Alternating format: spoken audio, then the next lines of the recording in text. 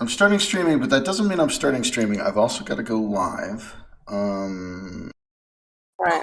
I probably shouldn't be doing this on Firefox. Like, I think just Firefox sucks, basically, is the thing, and it's really freaking out on me. And so that was the problem. So, like, stuff is failing for no reason, which is always great. Ooh. Mm-hmm.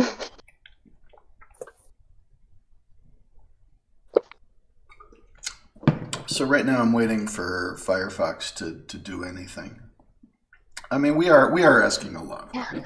but y'all can record this too if you like. If you think I've started recording.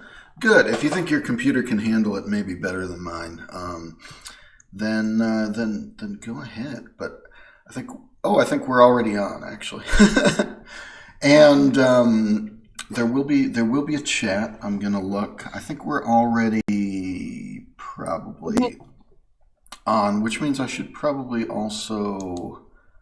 Oh God. Okay. Like I should probably full screen this, and we'll see how this goes. Hi. Hopefully this won't be a. Hopefully this will work real good. Okay, live stream. It still says live stream and Knuckles. I don't think I have time to fix that right now. But it looks like we are on. I see everybody. I see. Nice. So this is actually quite wonderful. I think we're gonna have a good time. Perfect. You can close the chat and then you can see us better. I'm in the. Well, I've got the chat on my phone, and I think, oh, you got a Raggedy Ann cup, you got a Raggedy Andy, yeah, and you got your like Ann wig. It's a blanket. You're really, I have like 13 Raggedy Anns behind me, but that's great. Ronnie's I always have a bunch behind me, but they're hidden. They're stowed away. General D somewhere over there. Yeah, you have like secret rats. You have like a rat problem here. I think in your appropriately, he's in the closet actually. Okay. Oh, I see. I see. I see how it is. I'm just going to be in the wrong aspect ratio, and I think we'll just have to roll with it. So we are on. How about everybody? You can introduce yourself, from top left, and then we'll do like the political compass here. Is that me? I don't know how it looks on yours. Oh yeah, it is. Sorry. So Brooke, Gwyn, and Ronnie, in that order, I think we can do it, and that'll be good. But okay. you can say your name and just a little bit about yourself and your age, and I don't know, just like a hello. We'll do a live stream. We'll be on the internet. Yes. Okay. My name is Brooklyn. I am in college, and I'm taking classes to be a theater tech, to be a professional theater tech, specifically like puppetry and costuming. And yeah, and that's it. And you're on TikTok as General D, like a rat General D. Yeah, you've done. Yeah, I am on everything that I have is some form of finishing the rat. My TikTok is starting on a rat. I like a good pun. I like a good like Sondheim musical theater pun. It's a good thing. And I guess we'll go to Gwyn. How about Gwyn? Hi, I'm Gwyn. I'm 16. I started the revival effort, at least the modern one. I randomly stumbled across this musical in a study hall, and now I work on it like every single day. That's great. We'll talk about what y'all are doing a little bit, I think, in a second. So, and Ronnie? Hi, you're on. I'm Ronnie. I am actually turning 20 in a couple weeks, so that's exciting. I am also going to school. I'm in college to be a theater person. I am thinking about choosing a focus in makeup. My thing. And you're on TikTok as Raggedy Ann and as like a wolf with a very specific like color makeup. I think this is canon now. Like that's one of the things about this revival effort that I like. Your canon, you've got head canons because this is a fandom. It's not just like a musical theater project. It's also a fandom. So you've got head canons, and I've kind of tried to contribute to this a little bit. But like you've got head canons. So like I saw like there's like a blog on Tumblr where you were posting like a Muppet version of Ronnie's take on what Wolf's makeup is. And it's very specific. So it was like a Rolf kind of, it wasn't quite Rolf, but it was like a Rolf Baskerville hybrid of like what the wolf would look like in your version. I think this is canon. And you put a lot of effort into, I think you were working with Mac, who's not here. I think on the wig and everything to get Raggedy Ann's look specifically like it's is that supposed to be like an exact Ivy Raggedy Ann or? It's very much based on Ivy's costume, but Mac put her own spin on it with the fabric, which is an exact like the print of it, and then she made it very big and very oversized. Oh yeah, it's really the fact that it's a doll. Yeah, and it's supposed to look small with like big oversized clothes. She did a really, really amazing job. It's not easy to do, and everything Mac does with plushes is really impressive. And there's also a lot of them are like headcanon plushes, like it's specifically like because when before I even visited the server, I was pushing for this, but I was not the first person to suggest because nobody likes the character of Panda in the Raggedy Ann musical. And so at the time you were debating whether to replace Panda with Babette or with like a grumpy teddy bear.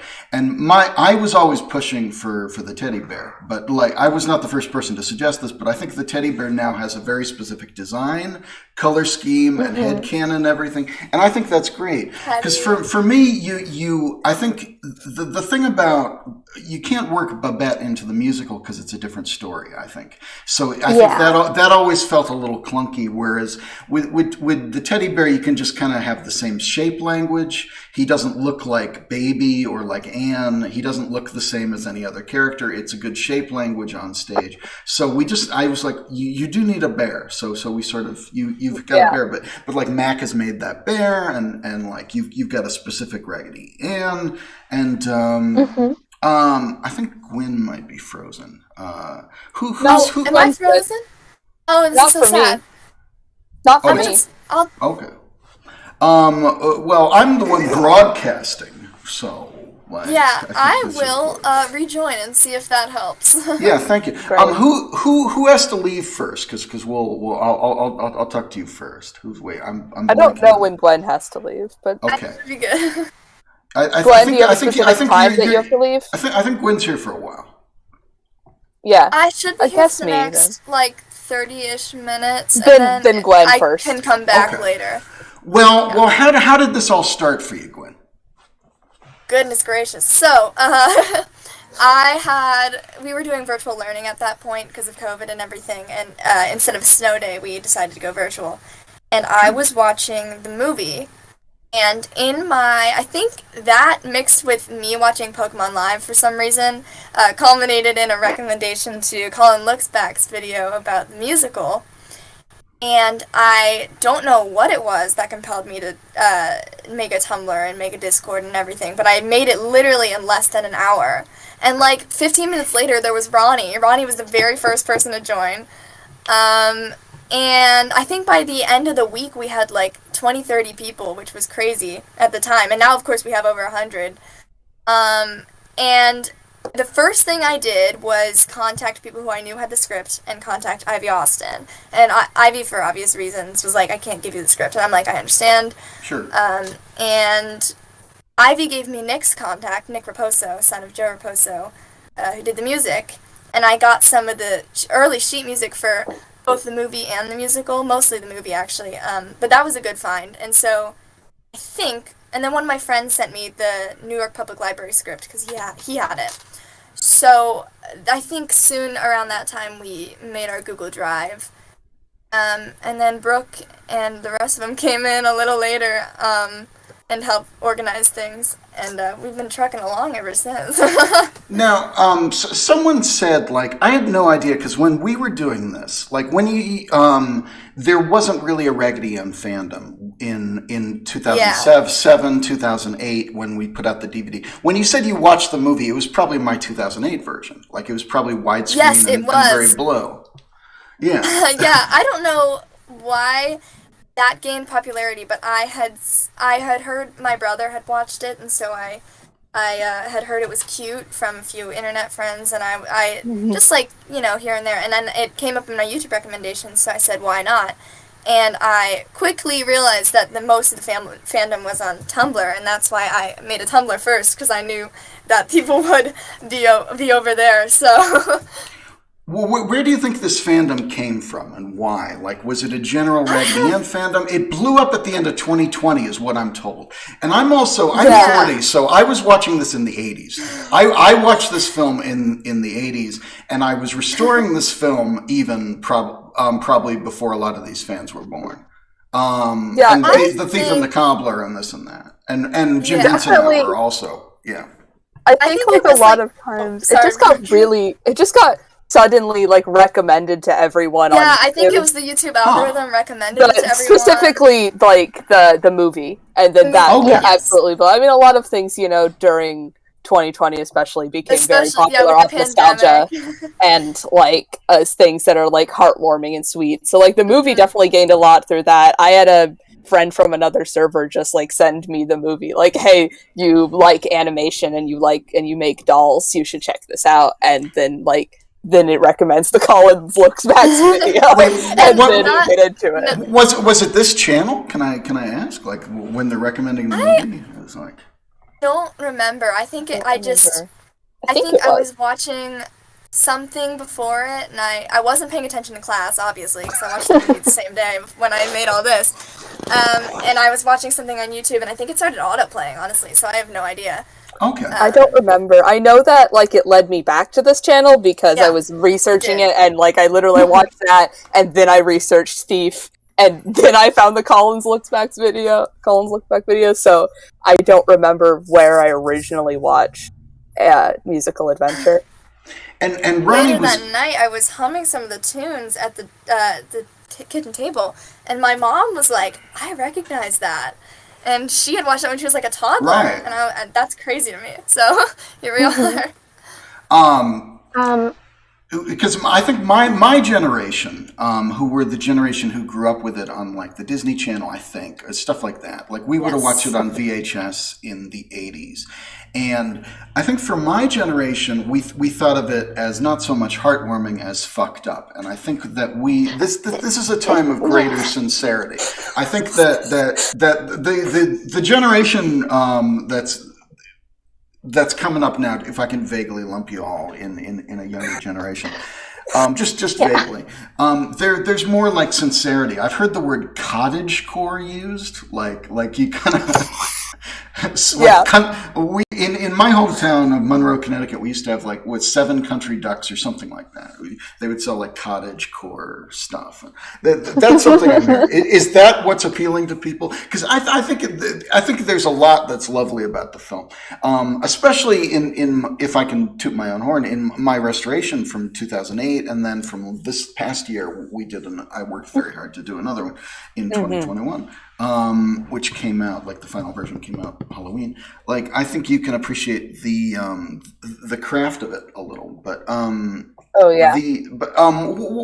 what is it that but it was definitely a case like when Vinnie and I were researching the Broadway musical, and I guess I can speak for him because he's not around. Like Vinnie's having trouble right now. Vinnie made a comment saying that he's like living out of his car, and I think he needs. I said, maybe I can get people to donate and help you because I've been in a rough spot and people helped me out a few years ago. Definitely. But Vinnie Ratole was a blogger who talked about obscure stuff, and we lost Gwyn again.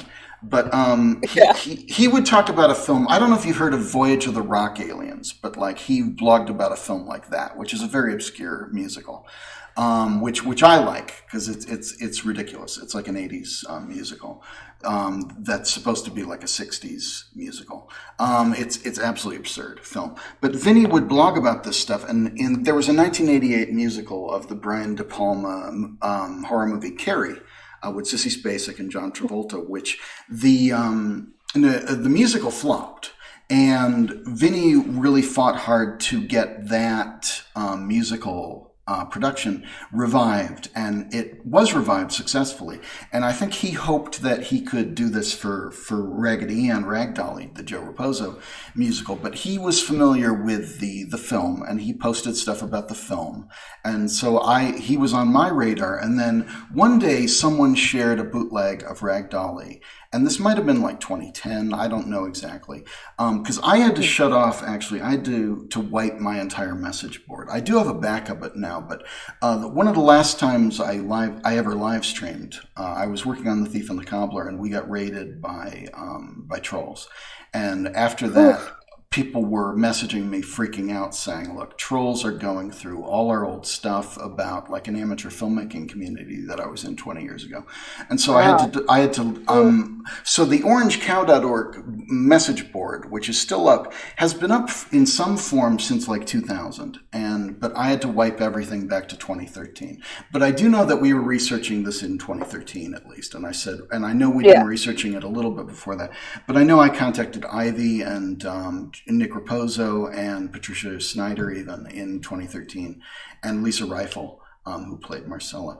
But nobody else cared except for like Vinnie and I. It wasn't like a big thing, and like there was no Raggedy Ann fandom, and I think people thought of this the movie as fucked up. So I'd done a screening though. A very nice fella who runs Asifa up in San Francisco had me like do a screening of Richard Williams stuff. So that was my thing. But then I was saying we'd wanted to do a new version of the movie for years and years and never quite got around to it. Actually, somebody did kind of get around to it in the meantime, but it wasn't quite like it needed more work. And then I'm looking and I hear rumblings that there's a Raggedy Ann fandom. And then somebody contacted me on Twitter about it, and I was like saying, we're working on the movie now. We actually just did a new version, and I didn't realize you guys already had a Discord server because this was March of last year, or March. I had the exact date written down actually, but I'm not going to click. But we've lost Gwyn again. But the I'm here. My camera's just having issues. Oh, that's okay. So basically, someone was messaging me on Twitter about this, and I was saying, well, I can't tell you that, and I think your whole Discord server was saying, who is this old guy, and why is he being so paranoid about everything? And I'm like, it's actually a complicated story. And there was one guy in your Discord who I'm not going to name names, but he was like, here's a video of one of Garrett's stalkers. Who because there's a couple guys on YouTube, I don't even know who they are, but they're like, if I can stop Garrett, the thief and the cobbler will be mine. Like, it's literally like some weirdo, but like there was some guy in your Discord who was like sharing stuff from this guy, and I was like, oh great. But I joined and I was like, actually, okay, here's stuff I've done, and I just want to help you guys. I'm not the enemy. Well, see, I knew I'd done my Thief and the Cobbler research. Okay. So I was the one person. I was like, oh, Garrett. And Ronnie was also a fan of the Jim Henson Hour and of Digit, which was my favorite show as a kid, which unfortunately became very obscure due to Disney and due to this and that, and which I restored on like Archive. And I don't actually know if you were watching my versions, but that is something I was doing like in 2013. Yeah, I got into the Jim Henson Hour during the pandemic. And I think someone had re-uploaded them, the Muppet Television segments, to YouTube, and so that's how I first found them. But then I found your uploads on Archive, and that's all I watch now. Well, good. Go ahead. I want to say, I've been reading the chat. Someone says that they found like Raggedy Ann through the Animaniacs fandom, which is definitely how I found it too. Okay. It was through the Animaniacs. It was through the Animaniacs people. I was in the Animaniacs fandom too. Do you mean Do you mean the revival or both? Pretty much, it's the same fandom. Okay. It just got a little bit more popular because of the revival, but oh God, I was a huge Animaniacs fan when it was first running in '92 or '93. But yeah, I think that was the fandom I was in directly before Raggedy Ann. Yeah, I think Raggedy Ann, Moomin, and Animaniacs have like a large overlap in their fandom. Right, it's that honestly, really that classic probably contributed. animation. It's that classic animation, like that's interesting. I had no idea. So the way that algorithms, you never know. Like, but you sort of find like-minded people, I think. Yes, the way that I found Raggedy Ann was because I was a little bit of an animation nerd when I was in high school. Still kind of am. So I knew who Richard Williams was, and I was going to start watching through his entire filmography. And I got to Raggedy Ann. I had watched Thief first. But I got to Raggedy Ann. We're cobbled, I hope. Yes, I did watch Cobbled. Okay. I've never seen the Miramax actual one. the Miramax. I've never seen it. Yeah. I spent 8 years on that picture. So. And then I watched Raggedy Ann because, it's a Richard Williams movie, so I watched it. And I didn't think much of it. I thought, the animation's nice, the music is nice, it's really cute. It's very like 70s. Yeah. It is for sure. It has its moments, I think.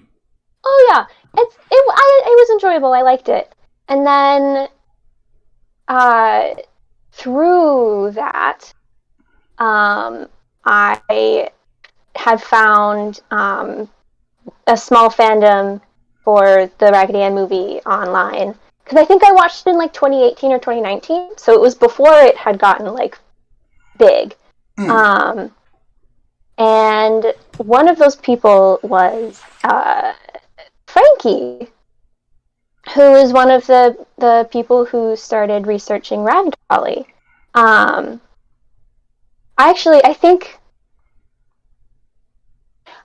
was following Frankie before because they were a fan of SpongeBob the Musical, which I was super, super into in high school. So that sort of made that connection, and I was like, I already know this person because I already follow them on Tumblr. And then they started posting about Rag Dolly, and I was like, what is this? Because I know the movie. And then I fell down the rabbit hole in about like 2019. And that's how Gwyn found me. Because I had found, on archive.org, I had found a review of the Broadway show that had a clip of Rag Dolly in it. The Vincent Canby review, I think. I believe so. The Jeffrey Lyons one, I believe. Yeah, the Jeffrey Lyons one. That's okay. Oh, sorry, I'm blanking. That's okay. You're right. I'm wrong. I shouldn't try. I shouldn't try to remember things. I'm old. I shouldn't try to remember things. It's okay. I found the Jeffrey Lyons review on archive.org, and I noticed that it hadn't been uploaded to YouTube yet. So I had cut out the clip of Ivy singing Rag Dolly, and uploaded it to my YouTube channel. Obviously, I credited, and I had a link to the original post. Second video I ever watched on the musical. That was the second video I ever saw. Yeah, but that's still on my YouTube channel if you want to watch it. Yeah. Was Rag Dolly in the USSR? Was that a big inspiration? Sorry, was the documentary Rag Dolly in the USSR? Was that a big inspiration also? Absolutely. Oh yeah. Because that's one of the first things people see when they Or look saw. up. Mm. Yeah. It might be a little farther down now that we've got No. more, but at But the before- first Which Ivy uploaded, Back you before know, we and had that took a while. instrumentals or Yeah. anything, I would watch the documentary and try and spy in the pit in those few shots that they had of the pit and try to pick out everything from there. Didn't really work, but I mean, for what we had at the time, it was a good strategy. Right. The because when the Rag Dolly in the USSR, that came late in our research. Like that was something that Ivy uploaded herself, obviously, and she had like a DVD. She got a DVD made of it and was able to put it up, and that was like some negotiation. But I remember in 2013, even I was finding it hard to get into the musical because the existing bootlegs were mostly pretty poor quality, and you couldn't really follow the dialogue or really know what was going on, and we didn't have visuals for it. So early on, it was very hard to know what was going on, and I think the first time that I really fully processed the whole play was through what you were doing on the Rare server, because you were able to find a video of it, obviously, of the early ISIPA performance, but also had a script, had all kinds of material, and that made it a lot easier. But I did find, like, when I was listening to it again, I felt like these songs had always been around. Like, I think in another, I think that what Joe Raposo's work on the stage show is better than on the film by quite a bit.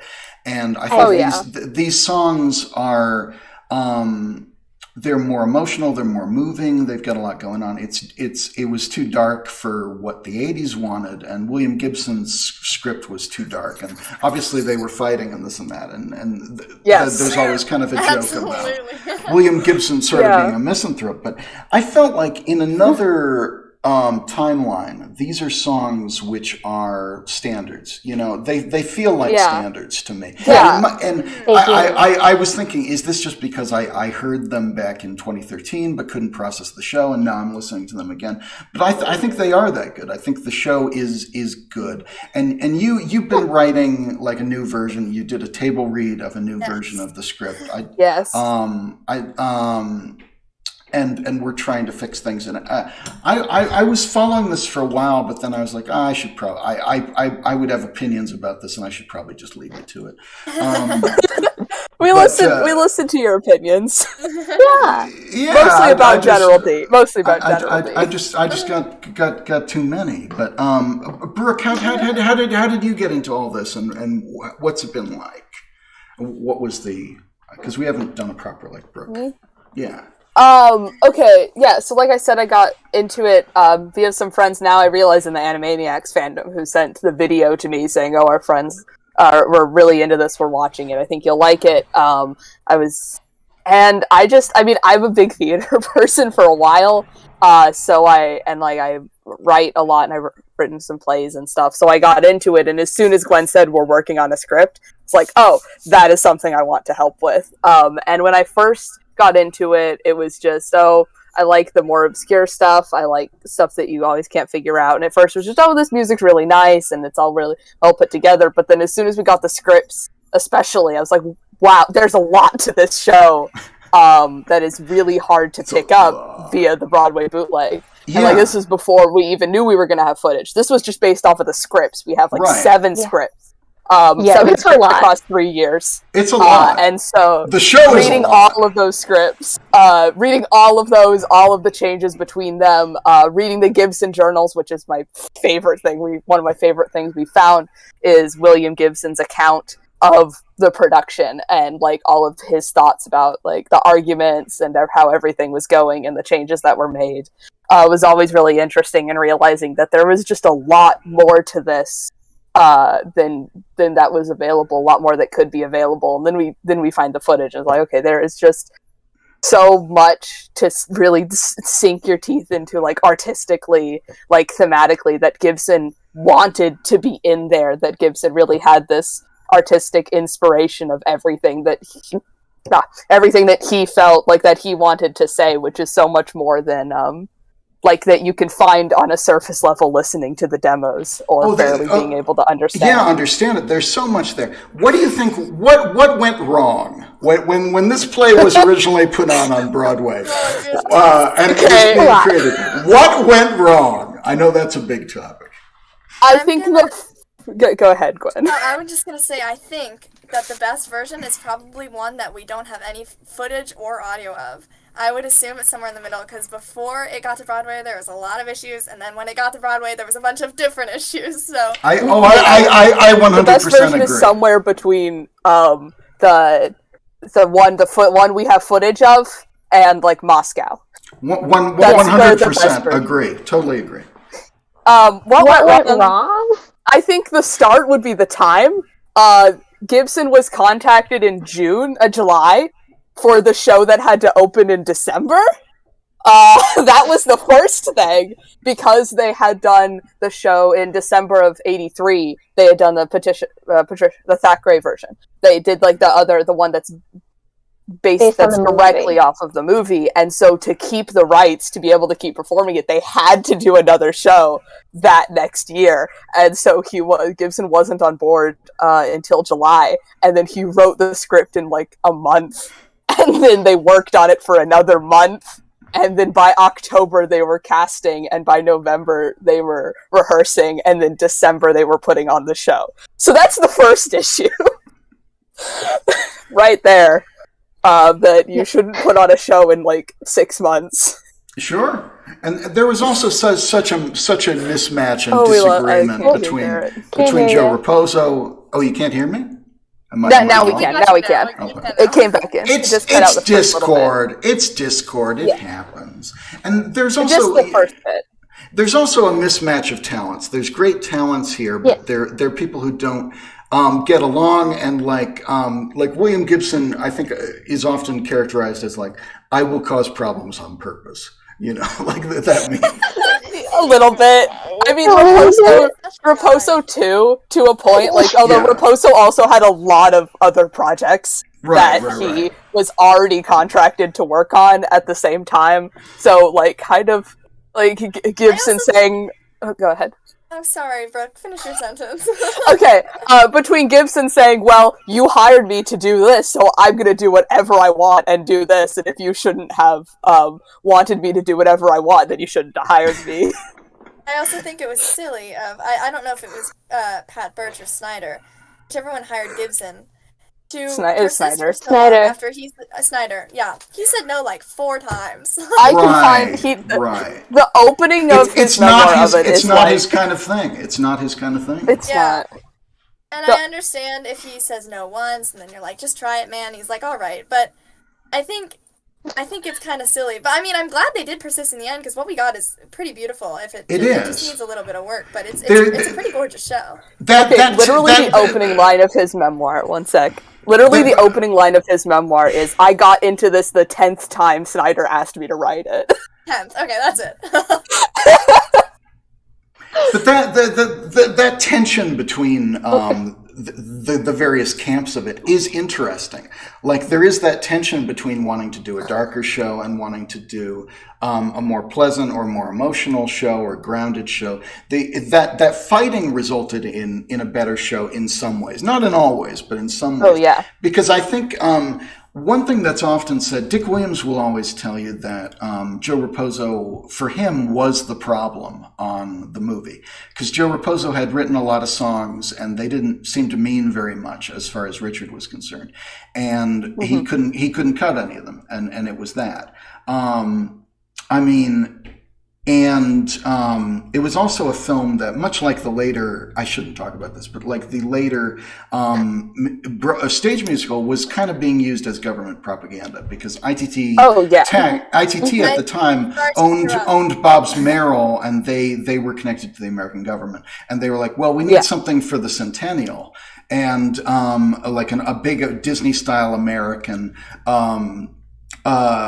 animated musical. And at the time in the press, Dick Williams was calling himself, like, he's saying he wanted to be the next Disney. And so it was like ITT rolled up and was like, okay, you wanted to be the next Disney? You got it. But you don't get a Disney budget. I don't think he ever got a Disney budget. So that was a problem. Mm-hmm. But it was also, Dick just didn't like the script. And I'm going to change my camera, but y'all can talk about this. Well, you do that. I actually have to go. I will be back in like 30-45 minutes, but I'm going to be gone momentarily. We'll see you, Gwyn. But you can talk now. Okay, I'm going to take the chance to look at the chat, actually. That's a good idea. We've got someone saying, like I said, the version shown at ASIPA definitely needs work, but it sounds like the work they did to it back in the day wasn't the work that it needed. Correct! That's very much, like, I consider... Because the thing is, everyone on it was, like Garrett said, like, talent. Like, they all were very good. They just lacked a mediator. Lacked something to bring it together. So I actually find the 1984 version to be a better version than a lot of the later ones, because it had the most... It was before they had removed all of all the stuff that Gibson wanted. A lot of the darker stuff. But they hadn't, like, really removed that well and worked on it well. So, like, it's a more full show and complete show. More. Yeah. At least in, like, a thematic and artistic intent. In artistic intent, it is a more complete show than all later versions, but also it's rough. In its own ways. They cut Mexico. Yeah, it's rough. But you need to go into it knowing that. You can't expect a full, like, fully realized experience. 5 months. It was the first production of the show. They had 5 months to develop the whole thing and put it on. Yeah, and then it needed work, but the work that got done was not the work that it needed to be better. Yes. It instead just got kind of mangled. They were afraid it would scare parents, and they cut out some of the emotions of it. When really, the reason it's probably better is because of before that is because of the performances. Because the video we have is not quite there. Like, they seem a little scared of how dark it is in the performances. Yeah. It's tentative. There's something a little tentative about it. Complex and layered, but tentative. Yeah. And also, I will say Broadway didn't have some of the same actors who hadn't been as used to it. I will say, I know why they replaced Paul Haggard, but I love Paul Haggard. And that's definitely a big part of, like, General D and who he is that it got really changed with every different version and every different actor who played him. It got dramatically changed. Unfortunately, like, directly against what Gibson wanted from the character. I'm blue. I don't want to be blue. I'm not happy with what my camera's doing right now. It just might be the same. Yeah. So. And Mac's been here. So Mac has been here, Ronnie, if you don't have the... No, I said hi to Mac. Okay, I wasn't sure if you had it open. Yeah, Mac's been here. I don't know if she's still here, but Mac was here, at least. Oh, good. So hello, Mac. Just saying that she'd been working on it for a while, researching it. Yeah, that's true. Mac was doing this for a long time, I think. I don't know exactly when, but, like, longer than... About a decade. Yeah, about a decade. Although she wasn't online much, so it was more finding the people involved with the show and contacting them. And she only had the demos. Yeah. When we've been researching, because I wanted to do, like, an official Blu-ray of the film for many years, and what I was told, I didn't look into it, but the people who did look into it said all the paperwork is gone, and maybe, like, a big company like Paramount or Disney could just take credit for it and say, like, oh yeah, we own this because we own Fox. And that would make sense. I don't know if they could get away with that, but they could probably get away with that because it's like, who's going to sue them? But, like, I'm told that the paperwork is not available for someone like me. And with The Thief and the Cobbler, it's weird like that too.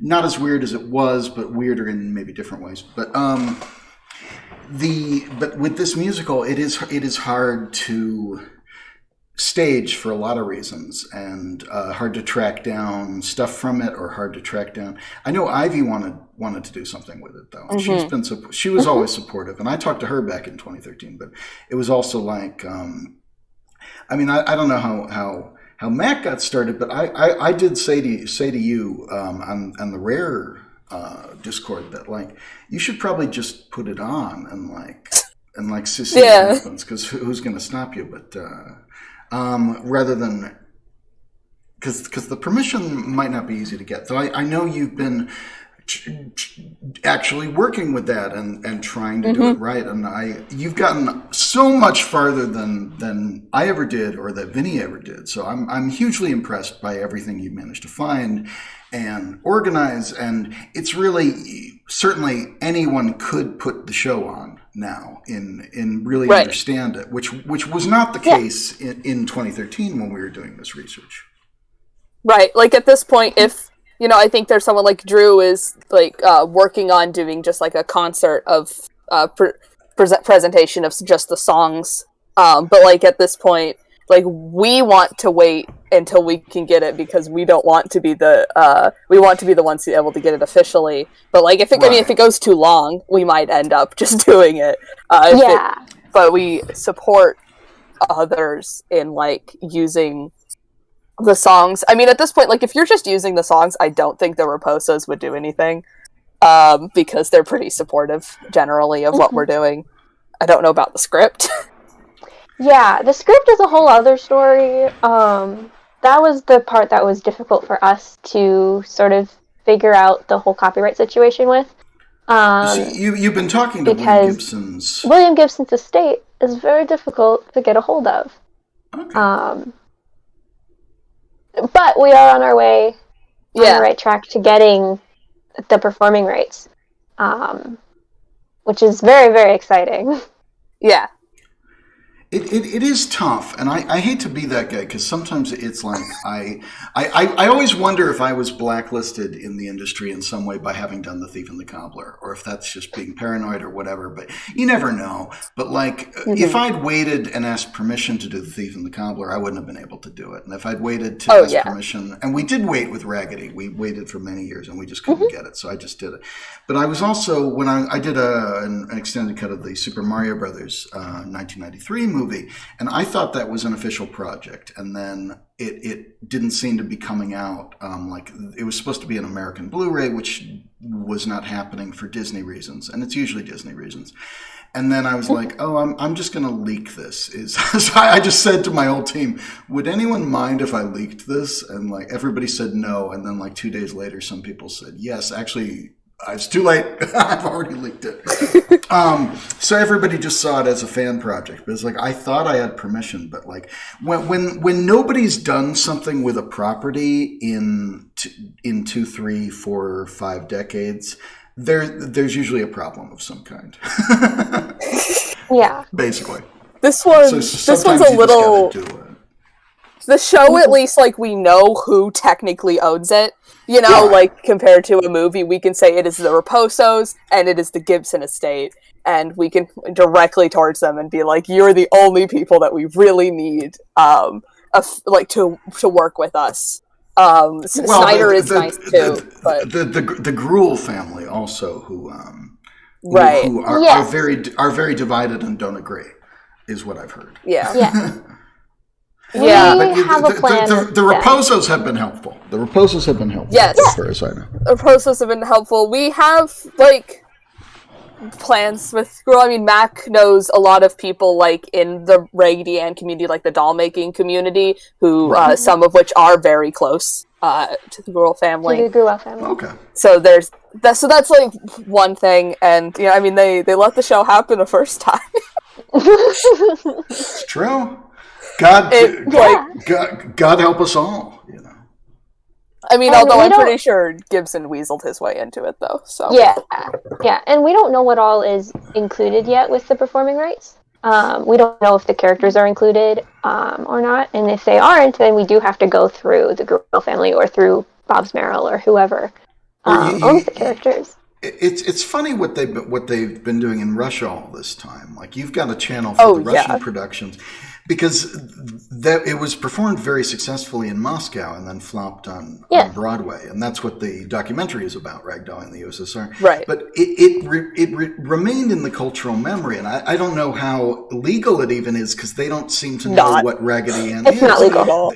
They don't use the songs. There's one production that used the songs, but usually they don't use the songs.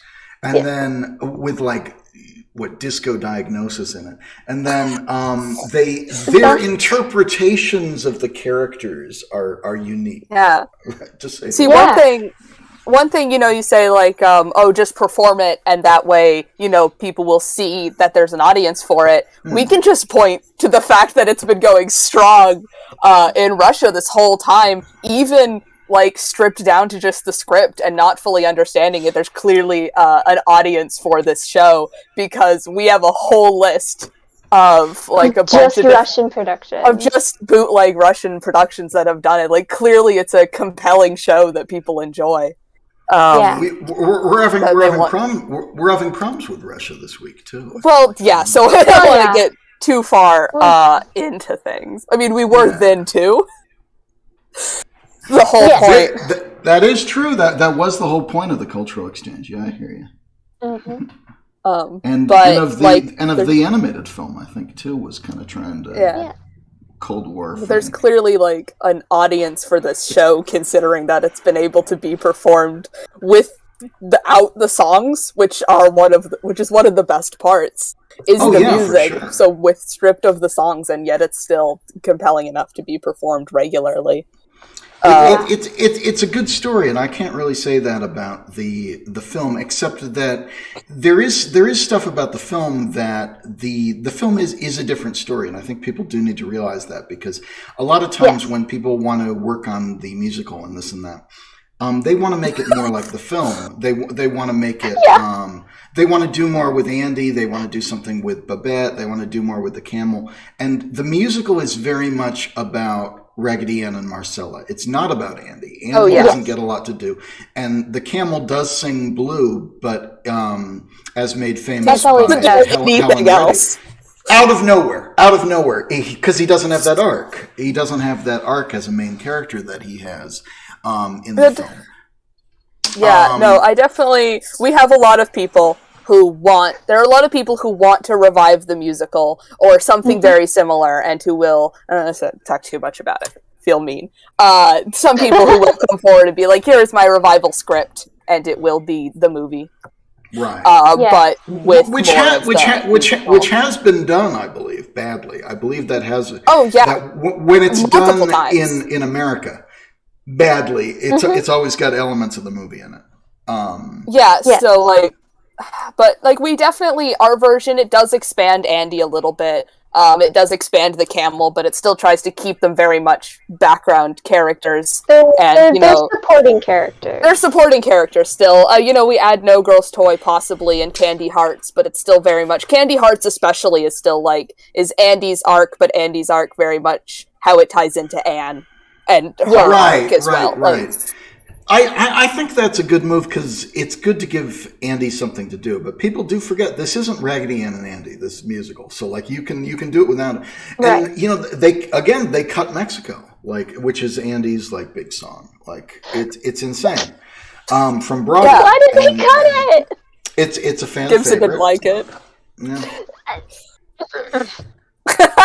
Yeah. Gibson didn't like it. It wasn't just Gibson. A lot of people didn't like Mexico, the song, because they thought it was irrelevant, which it's not. You have to pay attention, and they explain why it's not irrelevant. Just not very well. No. It's not relevant. People say, I don't know, why are they singing about Mexico? They don't go to Mexico. Well, because they're going through the Panama Canal.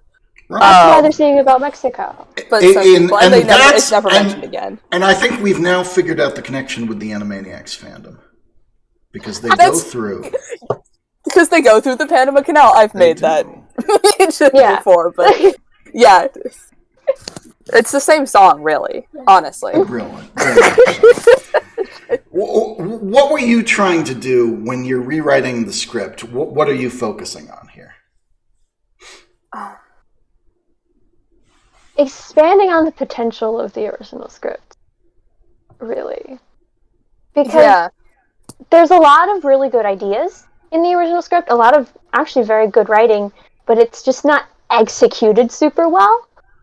Yeah, like, a lot of it, you know, like, we show people it, and, like, we talk about the themes, and they go, I had no clue that theme was in there. And it's like, yeah, because it's in one line that you kind of miss, and then they never bring it up again, and you have to be paying really close attention, because Gibson wrote all of these, like, really subtle, like, subtextual sort of things, but when you're being distracted by some of the stranger stuff, some of the spectacle, that doesn't come across very well, which is, of course, what he hated. That he couldn't write this stuff as subtly as he wanted to, but, like, a lot of it's really good. It just needed to be brought into the forefront a little bit more, so that, like, the casual viewer could understand it and see it, instead of it being something super esoteric and subtextual like you wanted. So it's mostly stuff that is very present in Gibson's original writing. You just don't see it. Stop coughing. You just don't see it, and then by the Broadway, it's almost completely washed out.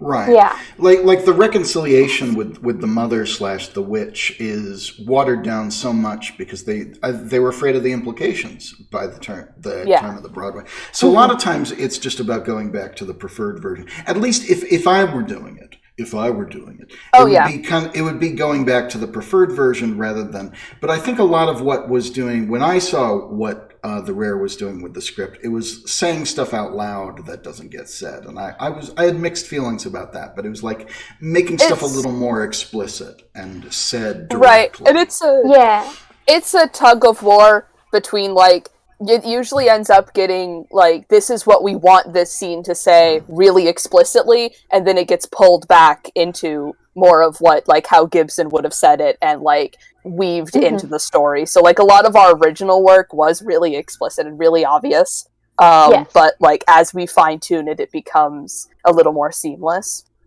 And that's what we're working on right now. Sort of fine-tuning everything and making things less just like, this is what we want it to be. Yeah, exactly. Using a little more wordplay, a little more subtext, but, like, finding that medium between what Gibson originally had and then, like, some of our ideas. It is interesting to me that it's also a fandom, and, like, I'm 40 and I can't keep track of, like, a Discord where people are freaking out 24 hours a day. There's a couple of Discords, and but I get it because I've done that, and I think it's great that it's also a fandom because that lends a certain degree of fun to it, which hopefully Gwyn is coming. Gwen's back. Hi, Gwyn. Maybe. Sorry. Maybe Gwen's back. My camera again is being so bad. Okay. Yeah. But good. Good to see you. I think. Yeah.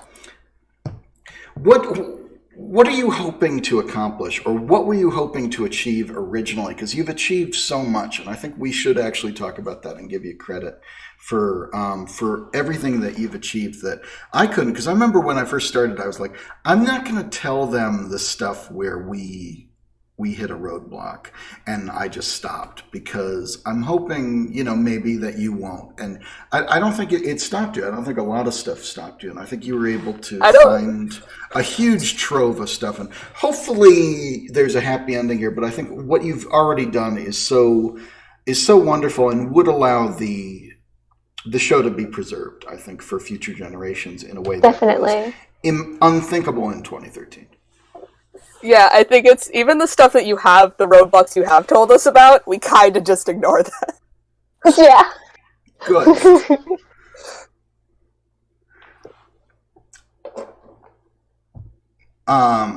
But that whole process, I think. What do you think appeals? And we kind of already gotten into this, but what do you think appeals to like the fandom today? And what's it like being part of that fandom now? A bit chaotic, which I like. I like seeing that it's chaotic. I think, but very creative as well. Like I think Gwen. I think he might not be able to hear you, Gwen. Yeah, I don't think he can hear you, Gwyn. Oh yeah, I can't hear Gwen. If Gwen's talking, I realized after like the third time. So I'm interrupting. I'm wondering why nobody's talking, but apparently Gwen's talking. Okay. No, yeah. It's okay. I realized after the second time, I was like, oh, he can't hear Gwen. Okay. I'm the stream, though. I'm the stream. Like maybe your version, but you gotta. If I don't have Gwen, please try. Yeah. I realized that you didn't have Gwen. I'm sorry, but like I'm. Yeah, I'm probably like, not. Why is nobody talking? I'm confused. So I'm can you hear her now? No, I can't. Wait, was that something? No, you got a boot. I don't know. Something's wrong. I'm sorry.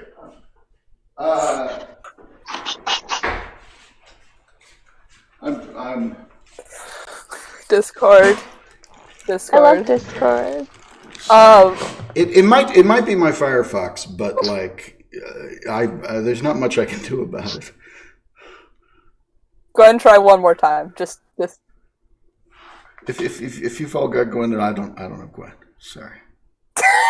Okay. One more time. Okay.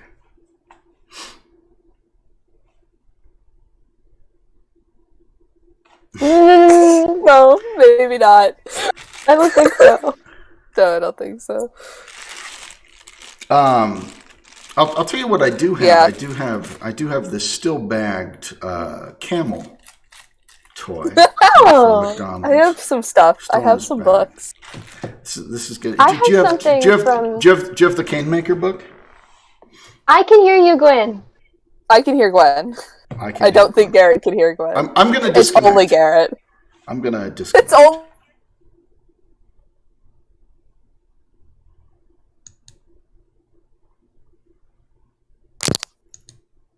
Let me see if I can find. So sad. Okay, I can hear Gwen. I can hear Gwen now, so let's hope it works. We're having a bit of a problem. Oh no! Now Garrett's loading. Now Garrett's stuck. No, it's definitely for some reason Garrett won. I brought Batten Wolf over. Okay. Oh my gosh! I'm trying to find my shirt. Hi. Oh, wait. Right! I forget that you have that. I have this. It's a tour shirt. The Moscow tour. Okay. Garrett's working. I can't. Garrett. Okay. Well, I literally disconnected so that I could try to get Gwen working. Am I working? You are now. Like I don't Let's know if I can find this, but that was my actual goal. I was going to say, I think that the main thing that draws the fandom in is like the intrigue and mystery surrounding it. At least at first it was. And then I think over time they started to realize that it's not the same story, but it's like it's sort of the same characters. And I think it's almost like an alternate universe, sorta. And so people are really, I think that draws people in. I think they like it a lot. They like how there's some diversity in the characterizations there. Yeah, I think the intrigue is definitely a big part of it because, like, this does, like, there's, like, the new Lost Media fandom, sort of. Yeah. Like, there's some overlap with the new Lost Media fandom in this sort of, like, it was canceled off Broadway, and it hasn't been seen since the 80s. Like, that sort of, that draw is definitely part of it. And to answer your earlier question about what we wanted to accomplish, I think from the beginning I kind of wanted to get it either musically or somehow back on stage. But I think originally when I was first starting out and I realized this was going to be like a super long process, I wanted to at least find some better quality footage, which we did. But then once we got that, I always knew I wanted to revive it and get it on stage in some form or another. But once we actually did find the footage, I think that's when it solidified that for me. I was like, we got to get this on stage. And at the very least, I want to somehow get it licensable for schools and public theaters, because I think it's a really good, good material. Yeah, that's my main goal, to get it to be able to be licensed to schools and community theaters. It's just a fun show. It's a really fun show. Even if we can't put on a production of it ourselves, which is something that we really want to do, I think just having it available to be performed is good enough for me. Mm-hmm. Mm-hmm.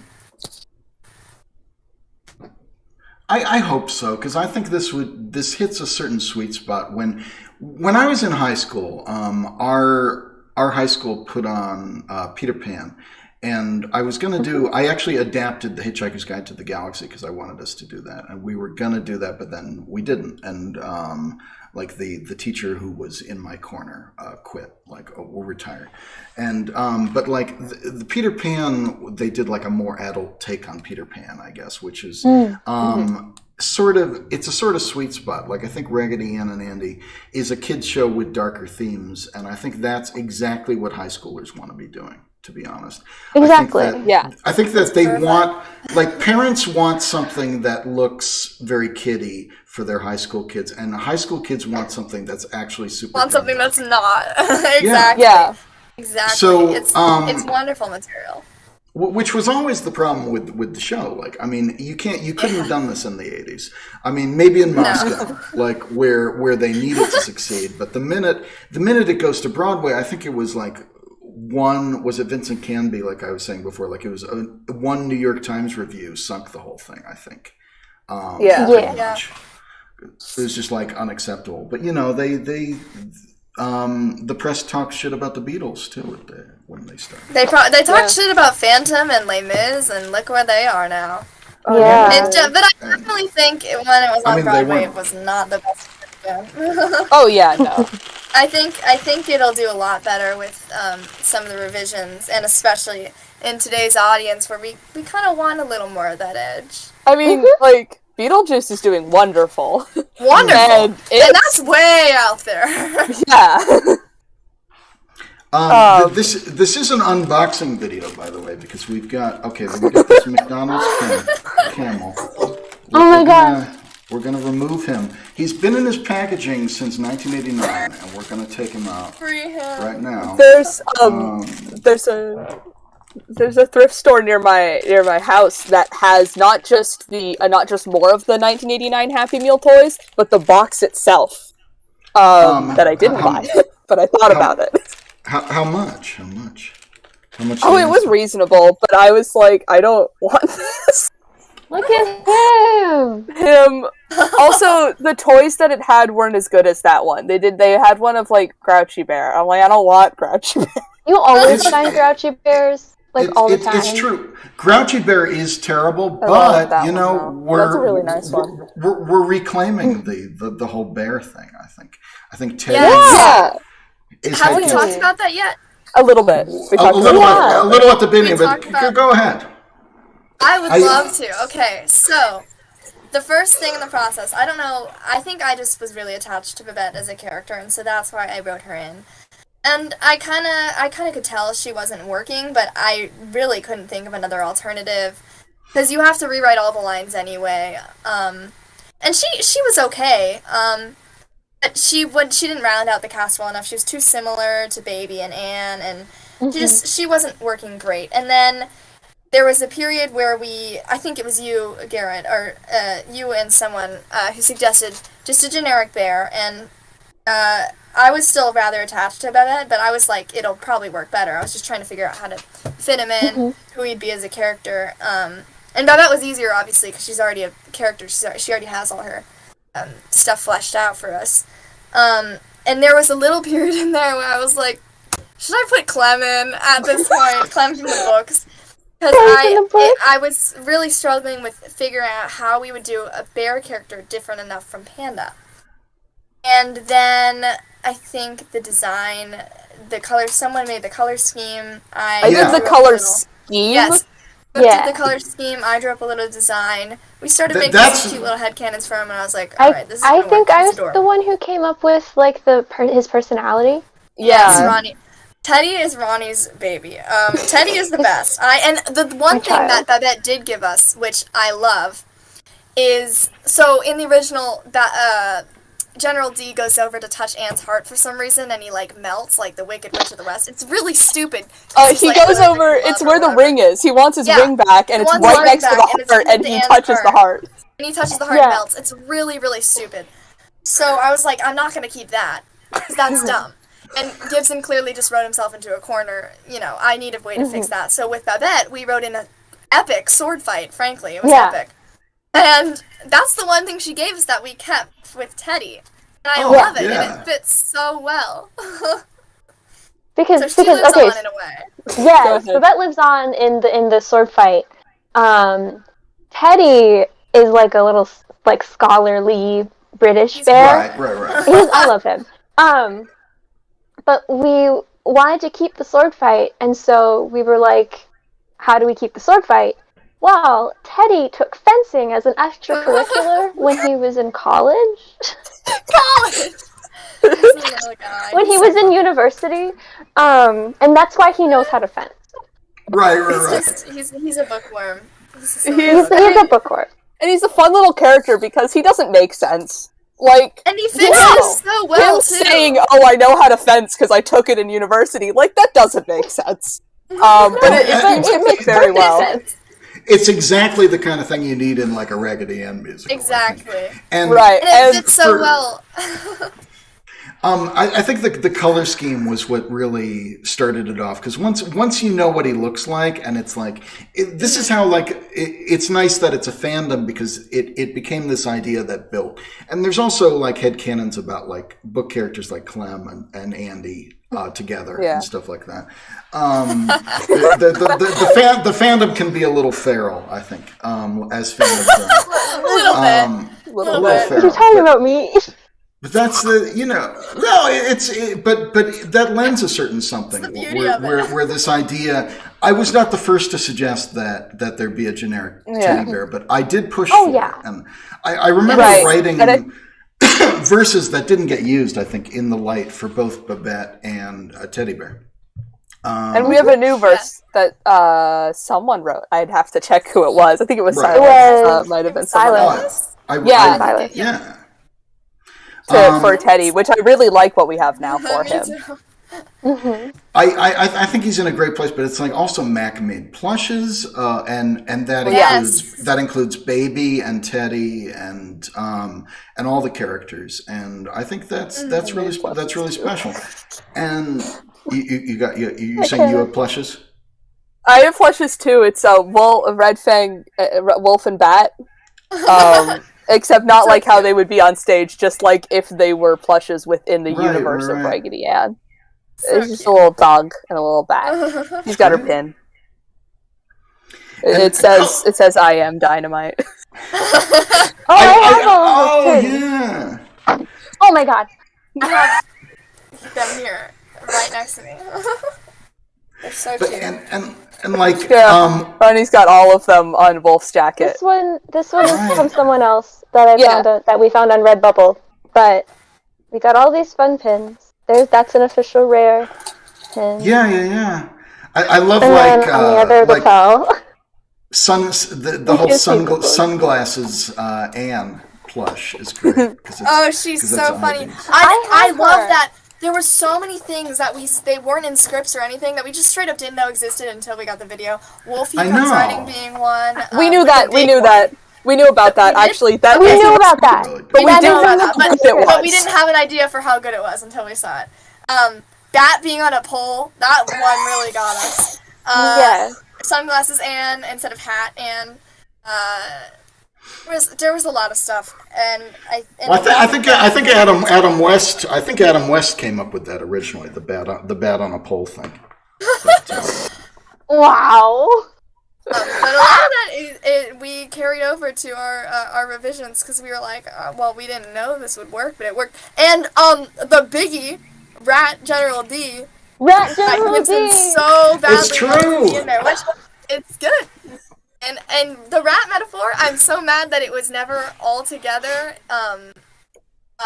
You grabbing This him? way Gibson wanted it because it's such a good metaphor. It's so good, and it implies so much about mommy. I have too. him. He's I here. want to see him. You want to see him? Yeah. I see him all the time, but I want to see You him. want to see him again? Rat. Wonderful. That's not. I don't The know if gas you've mask. seen. Yeah. I can't put. I forget. I should have put it on first. Actually. Right. No, I'll just But hold it to my face. I love the idea of Rat General D because it implies so much about mommy and mommy's story. Because obviously she runs away with the rat in the Rolls Royce that Papa says, and in the tableaus he's presented as an evil rat. And in the production when General D was a rat, that implies a lot, you know? Mommy's probably dead. He's No, she's also. not It also makes him a very good symbol for death. You know, he's a Yes. plague rat. Him being very much, and I think it works well with Bat and Wolf as well. Yes. And also he eats people. So I feel like him being a rat makes that just a little less disgusting. A little less gross. Yeah. Even though we want it to be a little gross. He's still a little gross, but he's like a rat who eats dead bodies, gross which in a is rat more way. reasonable than like a person. A person. Oh yeah, Yeah, but not when gross we at all. saw- Not gross at all. When we saw the video for the first time, the Asifa tapes, we didn't know that Rat General D had Yeah. made it to the stage until we saw that. Gibson specifically said that That it I'm never disappointed made it. that it never made it on stage. I'm But it's disappointed that the costume and the metaphor never made it onto stage at the same time. Because that would have done a lot. That would have... Yeah, Yeah. that's true. And when the metaphor made it to the stage, the costume went, which is so sad. Yeah. It's never fleshed out fully. I don't think he should actually be wearing like a little rat nose. Although I think Brooke has done amazing things with a rat D. But it is very cool though. I mean, I just think that he's also an old man. He's many things. Like you need to pick one at a time. Like he could have some. Right. He could have a few Whatever's different scariest. looks. He can have some looks. So my one is he's got the hat, and then this is only an occasional thing. In my design, Right. this is only for like entrances and exits, and when it's needed to be scary, and otherwise it would just be his face with like the usual eye patch and like old Death makeup. that's kind of death makeup. Like because I like that better than it being an all-time thing, and also I just really like my gas mask. It brings in So- the military element into the rat. You said like this is your general idea of him. You know. Yeah, exactly. Unintended.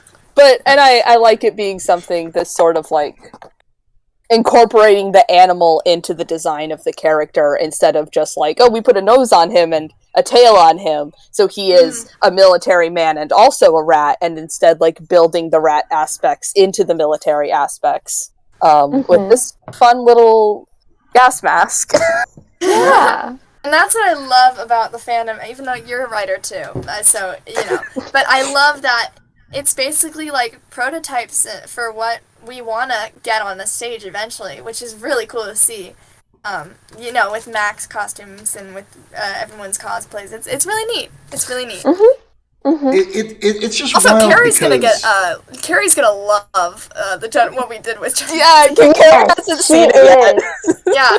Oh, Carrie Robbins, the costume designer Costume of the designer. original show. We had a Zoom call with her. She is so enthusiastic about what we're doing and you know, making up putting our own spins on the Right, costumes she's and very characters. much like, And don't she- look at my characters. She said Gibson. This is really funny. After Ivy Austin, because Ivy Austin was on the call too. After she had left, she said Gibson didn't know what he was doing with the show. Don't tell Ivy I said that. Which I think is really silly. Well, Gibson knew what he was doing with Ivy. Like he knew For sure. That's yeah. a good character. Like Ivy yeah. kills it. Like They that's did a the lot one of thing. wonderful things. That's the one thing about the Isabeau recording is that Ivy nails it. Like Raggedy Ann is a fully developed character. who steals the Vortex. show, and then you can say like, well, he didn't do as much with Andy as you'd expect, or this or that. Andy is still a wonderful character. He's very two-dimensional, but he's Very wonderfully written. Well, this is another. You can like talk to Scott also. You talk to lots of people. Yeah. Oh, yeah. Maybe. Yes. I think we've because I remember talking to Lisa Rifle also back in the day, like briefly. Yes. I think you probably talking to her a little bit. I've But I TM'd think- her. She said she couldn't really help, but she's sweet, you know. But like got a you had couple a questions you had for Scott. you had a Zoom call with Scott, right? Yeah, answer Yeah, chat a couple. questions. I'm sorry, don't let me stop you. No, it's fine. No, we can continue this. I'm saying that once we're done. I was going to look at Scott. I was going to look at chat, but we could also look at Scott. You know, and I can just There's Just a bring up a couple. picture of it. Yeah, there's a couple. One of which is, I assume, do the people who are working for Rare, it says completely familiar with The Thief and the Cobbler. So yeah, we all generally. Generally, I am less familiar, I think, as they are. Yeah. But I do know of it, and I do appreciate it. It's really Have- nice have- to see. I Have- watched have- the whole recobbled cut. Yeah. Have Gwyn? Have you not seen the Thief and the Cobbler Recobbled Cut, or have you seen it? I have never found the time to watch the whole thing, and I need to because it's so intriguing to me. Watch It party. looks like a gorgeous movie. I love the visuals. You know, Yeah. I spent 8 years on this film, and this past month also. You could spend 90 minutes. You could spend. Yeah. Oh, yeah. I've seen the recobbled cut, and I saw like a couple interviews of yours earlier on, and just like the general. I follow it because I follow a lot of Lost Media stuff. So Interviews followed with it. me, or with Dick Williams, or with. With you. I think I found one at one point. Oh, like the Animat thing, because I did a video I felt very awkward about, but I was like correcting misinformation at this point. Yeah, I don't know exactly. I'd have to double check, but I know That's probably when what I it first was, because found I haven't done a lot of that, but yeah. Yeah, when I first found Thief, I watched like all of the information that I could easily get about it. Yeah. Not all Right. as far back as like a lot of the old Richard Williams like stuff about it, but like as far as the restoration process, I watched a lot of All stuff right. about it. Found Good. it very interesting. Because there's a lot of YouTube documentaries which are made by people who have done about a minute of research on Wikipedia. And yeah. it's frustrating because there's a lot of like I get like stalker channels and I get this and that, and it's like I just at this point I'm like, I'm gonna be the bad guy if I correct this, but like people are just making shit up. But yeah, I think but it's also like Thief and the Cobbler is very much like the Dolly musical in that it's a fandom that developed around the idea that this thing was never completed the way it should have been, or never had the appreciation that it should have been. And I think that's such a fertile ground for a fandom to grow because it needs the help.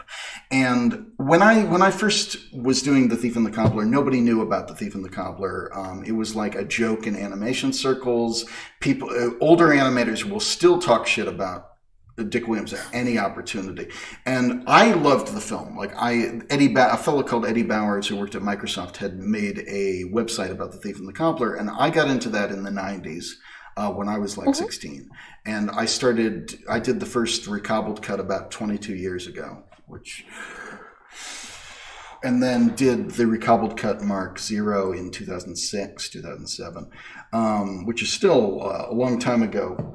If you're not my age, if like your age, you're like, oh, geez. Like, if I was studying The Thief and the Cobbler in 1990, like I don't think y'all were around in 1990. I was not in existence. No, unfortunately.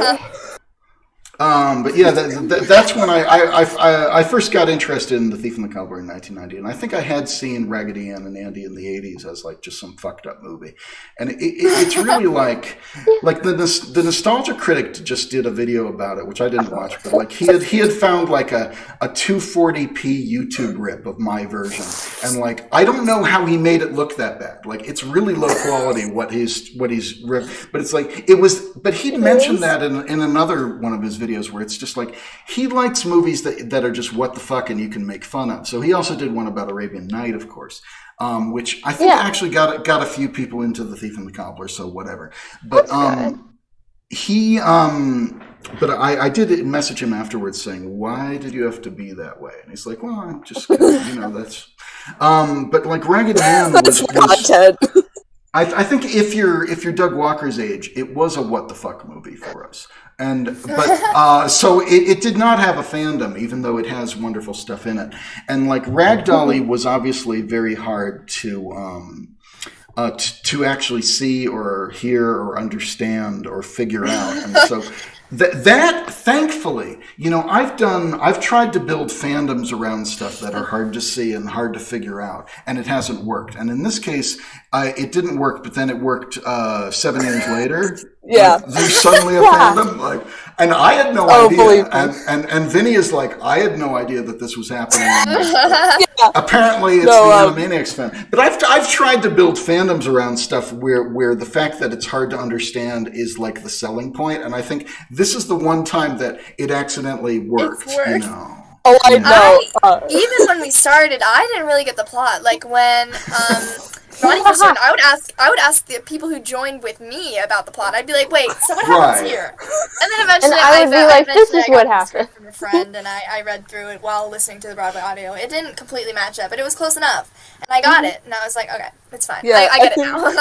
I'm so used to, like, if there's anyone who's used to trying to make fandoms happen, I'm in the Dave Malloy fandom, and I have been for a while, and there is nothing harder to keep going than the Dave Malloy fandom at the moment. Like, it's so hard. Okay, as far as musicals, we are small, but we are mighty. Okay. As far as musicals, like I have some examples. I probably won't say it because I don't like to focus on stuff that I tried to make a fandom for that failed. But I've got some examples that failed. Or like there was one guy who was super into it and who like dedicated his entire life to it, but like nobody else. Me and Ronnie. Nobody else. Back for like the first 10 years.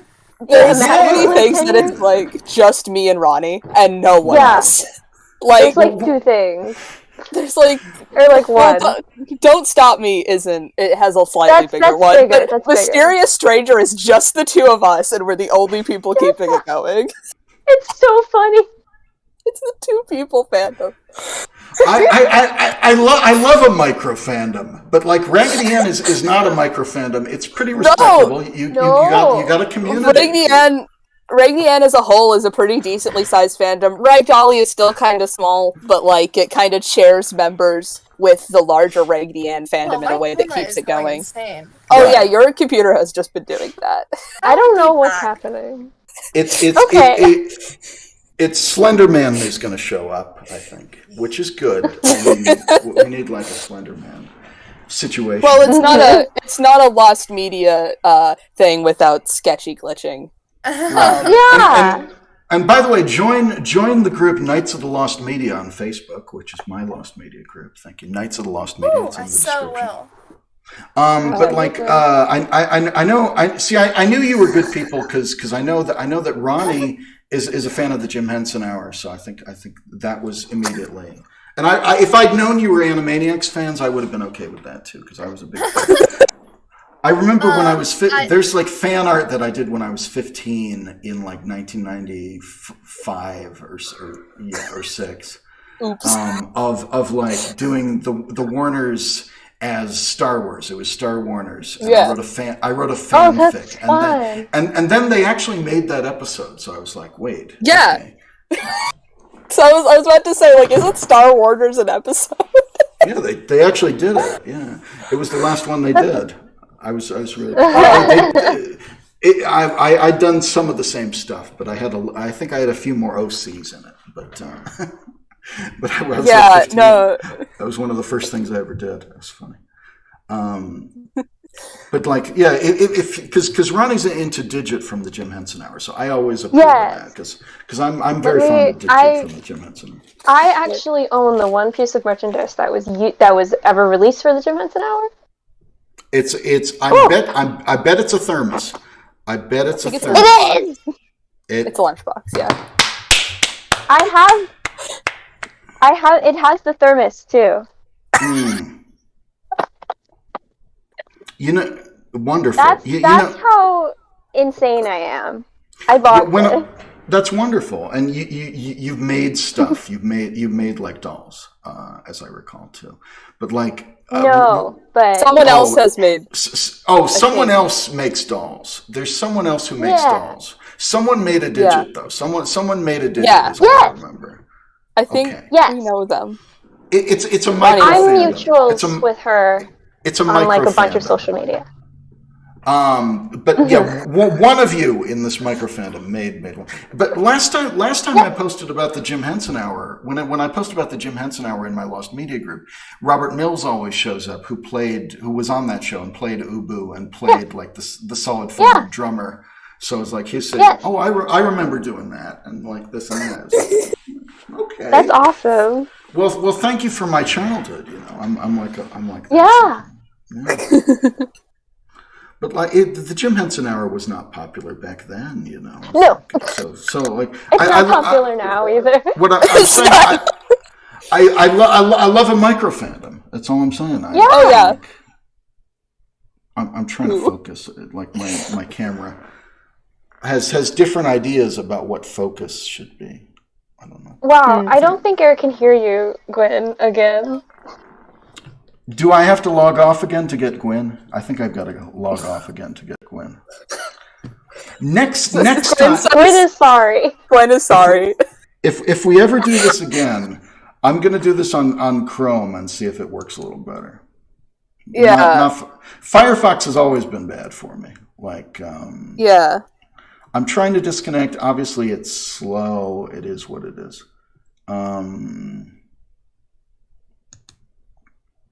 Let's see. Let's see what we got. Hopefully this will work. Sorry to miss you. But Adventures of Mark Twain merch. Okay. Oh, maybe. I mean, there's definitely nothing else merch, but maybe there's Adventures of Mark Twain merch.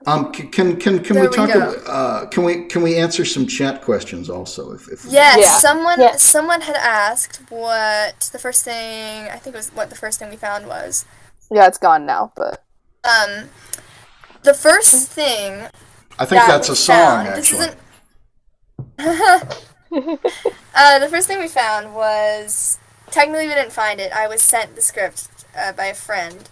But the first thing we found ourselves, I think, is, well, honestly, maybe it's the video, because we got a lot of stuff. No, we had found sheet music. Sheet music, that's it. We found sheet music. Yeah. Probably photos. And that was Photos.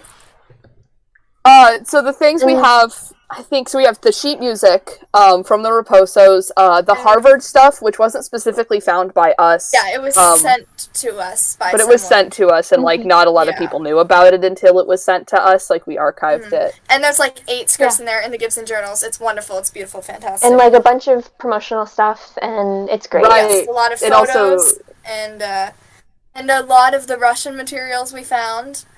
A lot. We had, like 50 different Russian productions just compiled we have in a so Google Doc. many. It's But I crazy. think, obviously, the biggest thing we found was the video. Yeah. I That don't know was about... insane. First is hard, because it's hard to define, like, what was found What we by found other and people. what was sent to us. Right. Yeah. And there's so much that at this point, I don't even know if I remember. A lot is just, we are condensing it into one place, but a lot was found by those people either before Rare started or, like, independently of us, and then they're like, oh, this is the people that I send my stuff to. So, like, it's hard to say. I think the footage is something that directly was like, this is through work in the server. I had been looking on, not New York Public Library, but it was New York. Maybe it was New York Public Library, but it was like a side site. And New York Archives. New York Archives, that's it. It's New York Archives, New York State Archives. I had been using the weirdest search terms in the world. I think it was doll women in theater, like literally something like that. And I saw, it said Cinderella, or no, it said Wizard of Oz, and I knew that Wizard of Oz was another Snyder project. Another Snyder project. And I said, this isn't Raggedy Ann, but it's still interesting. Guess what? Clicked on it, in the list of things at the very bottom, Raggedy Ann. I'm like, well, there's no way. because video doesn't exist. We've been told this a million times. Mm-hmm. But I was still curious. Obviously, I thought it might be like the USSR documentary or something, and they said it was just Act 1. And then, of course, came the process of paying for the digitization, sending over a physical flash drive, getting the physical flash drive back. It was like a million megabytes. Which is what Kiwi did. Thank you, Kiwi. What Kiwi did. Yeah. Thank you, Kiwi. Wonderful. And then all of us who raised the money. And then, lo and behold, it was the actual show, and we went insane. It wasn't just Act 1. It wasn't just Act 1, it was the whole show, and we still didn't know if it was the actual show. They told us it was, but we assumed like it was news footage or a documentary or something, because we've been told the only copy of the show that exists is in Pat Snyder's hands. That's what we've been told. And no, it was the whole thing. And so when we actually sat down to watch it, it was insane. And then we had that to ourselves for like 2-3 months. 2 months. Yeah. 2 months as it was 2 months because I was writing closed captions for it, and we didn't want to release it to the public. We didn't want to release it to the public without captions because even then it was kind of hard to understand. Yeah. We wanted to make it accessible for people. And then we do know now, we know for a fact, before we didn't know if this was true, we do know now that Moscow footage of the whole show exists somewhere. We don't know where, but we know for a fact that it does exist. Yeah. Which before was just speculation, but we know now that it exists in full somewhere, either in a library in Moscow or in another archive in New York or something. So... Be really exciting.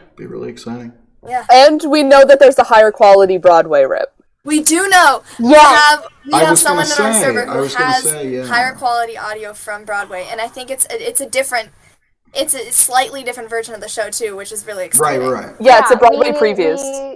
I didn't know if we could bring that up. Yeah, because that's all I'm gonna say is that it exists. It exists. But we have nothing. We have in this call. We haven't listened to it. The only person who has listened to it is a singular member of the server. Right. Yeah. So none of us know any more details about it than the rest. So don't ask. Don't ask because we don't know. Just enough to say that it's Broadway before the Broadway rip that we have. That's all we have. And it's good quality. And it's but that's it. So we have a few things that we're still looking for. So when's the CD release from Vries Sarah? This is where we're at. It's interesting. I mean... Yeah, and at this point, we have our separate people who are, people who are more on the lost media side of things, who are continuing to look and search and find it. So for the longest time, I had been trying to figure out how to get the orchestrations, because that would be so great in preserving the show. Someone had said, if you can find that, the show is basically saved. It's all in its original form. And I was like, I need to find this. And I had found it, but for some reason, out of 30 of this guy's boxes on this guy, Stan Applebaum, out of 30 boxes in his name, it was the only one that was totally restricted. And it stayed like that, and then I decided one day randomly to just check it. I don't know why, but I wanted to check it. I think I was looking to see exactly what was in it. I wasn't even planning on looking at it, and it was available for some reason, but the only way you could get it was to go in person. So someone was wonderful enough, Falcon in our server was wonderful enough to go and take pictures in person for us. Twice. And so they took 2 trips. At the New York Public Library. At the New York Public Library. And with that, we got a song list of the very, very, very first pre-Gibson draft of the show, which was crazy because we had heard about it, but we knew nothing about it. The circus draft, right? Until that. Circus? The circus draft is known as. So... And a little sheet music for it. There's a little sheet music for it. There's a little bit. I and like also, music. we got, we had put No Girl's Toy in just because it's a fan favorite. And we got sheet music that had it placed in the exact spot where we put it in. Yeah, you can tell because it has the line cue. Just because some little girl's afraid doesn't mean I'm afraid. So there was no other reason, unless it was in that version, that line would be in there, that, like, a lot of it was in there. And it had new lyrics, which we ended up using. Yeah, it had a third verse. That was It does. And I think it had, like, Henny or Clem also. I think there was something weird like that. That was actually, we got that too, but that was for the movie. So there was two No Girls Toy drafts. There was two No Girls Toys, and one was with the new lyrics for the musical, and one was with mostly the old lyrics, but it had extra characters from the books, and that was for the movie. So it was really interesting to see. It's wild. My theory about that, which was like 1975 or something like that. My theory about that was it's all about shape language, which is why you need Teddy in it. But in the animated film, you just needed a lot of weird looking creatures with overly complicated patterns on them, because Dick Williams just wanted to show off and was wasting energy on these complicated looking. But you didn't want other characters who resembled Ann and Andy. I think that was the thought. I think it was all about shape language, and you can't do Babette. Sure. I said this before, but you can't do Babette because unless you can do that storyline that she does in the movie, she shouldn't be there. And Camel, it's already pushing it. It's already pushing it. I think he's just in there because he's a Helen Reddy fan. He's waiting for Helen Reddy to show up. But. I mean, we added Camel has a tiny bit more to do in ours, but like barely. Like it's barely. You couple really more can't. lines. He's kind of He's kind of an interesting one to work with. Like, you kind of have to keep him in just because he's built into the show that way. But but he does visually it's good, but he doesn't get to do what he does in the film. Yeah, which was one of the tough. It was one of the toughest things to do in the film. Actually, that was one of the things. Like, there's a restoration comparison for the film at this channel that I think people should check out. I don't know if we're doing like chat answers, but you did a whole Zoom call with Scott too. You did. I don't know. That was the same one with Carrie and Ivy. It would just ended up getting staggered, unfortunately. We talked to Scott for a while.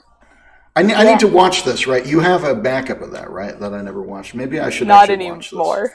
Not anymore. Mac has it, actually. Oh, Mac still has it? Yes, she told me. Okay. So I had them backed up on. I had them on my old laptop, but that laptop got busted, and I lost a bunch of stuff. And I had backed up most of it onto like my Google Drives.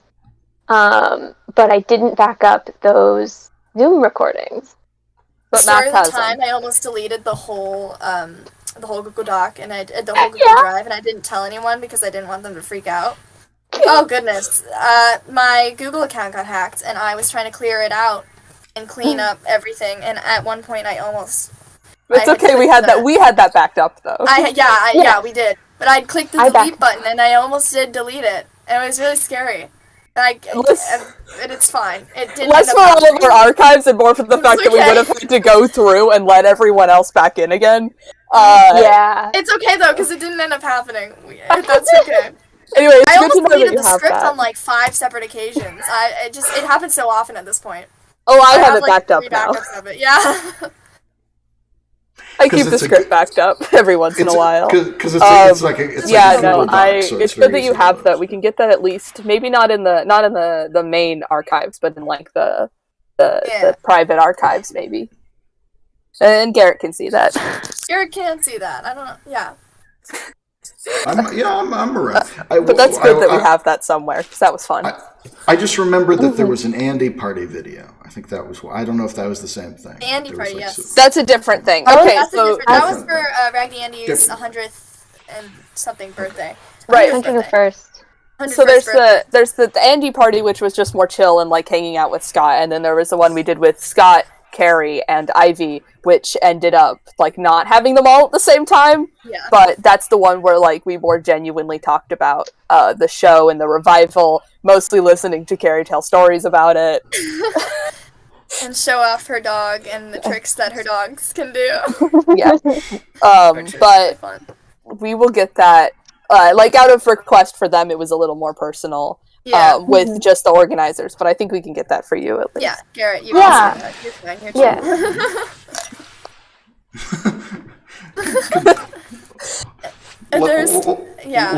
Let me in, be like the Yeah, Let but me that in on was. I remember the day we were going through a Google Drive to, kick out people who, I don't know if they were inactive or, we were cleaning it up. And we saw Vinnie in there, and we were like, how did Vinnie get in there? That's the point where we kind of. Yeah, I knew it was because of you. It was you. We assumed it was you, but it was really funny. It was really funny because we were like, wait a second.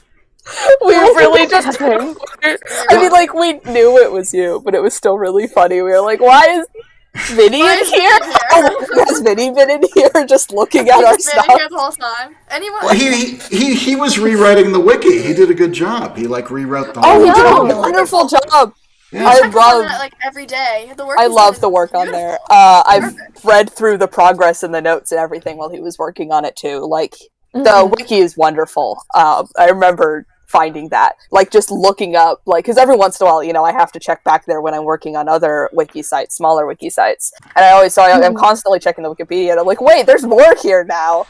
And just from the beginning, I was like, I know Vinnie worked on it originally. This has to be Vinnie who did this. And then sometime in the comments or something, he said, I'd updated the wiki. Like, yeah, I was pretty sure it was him.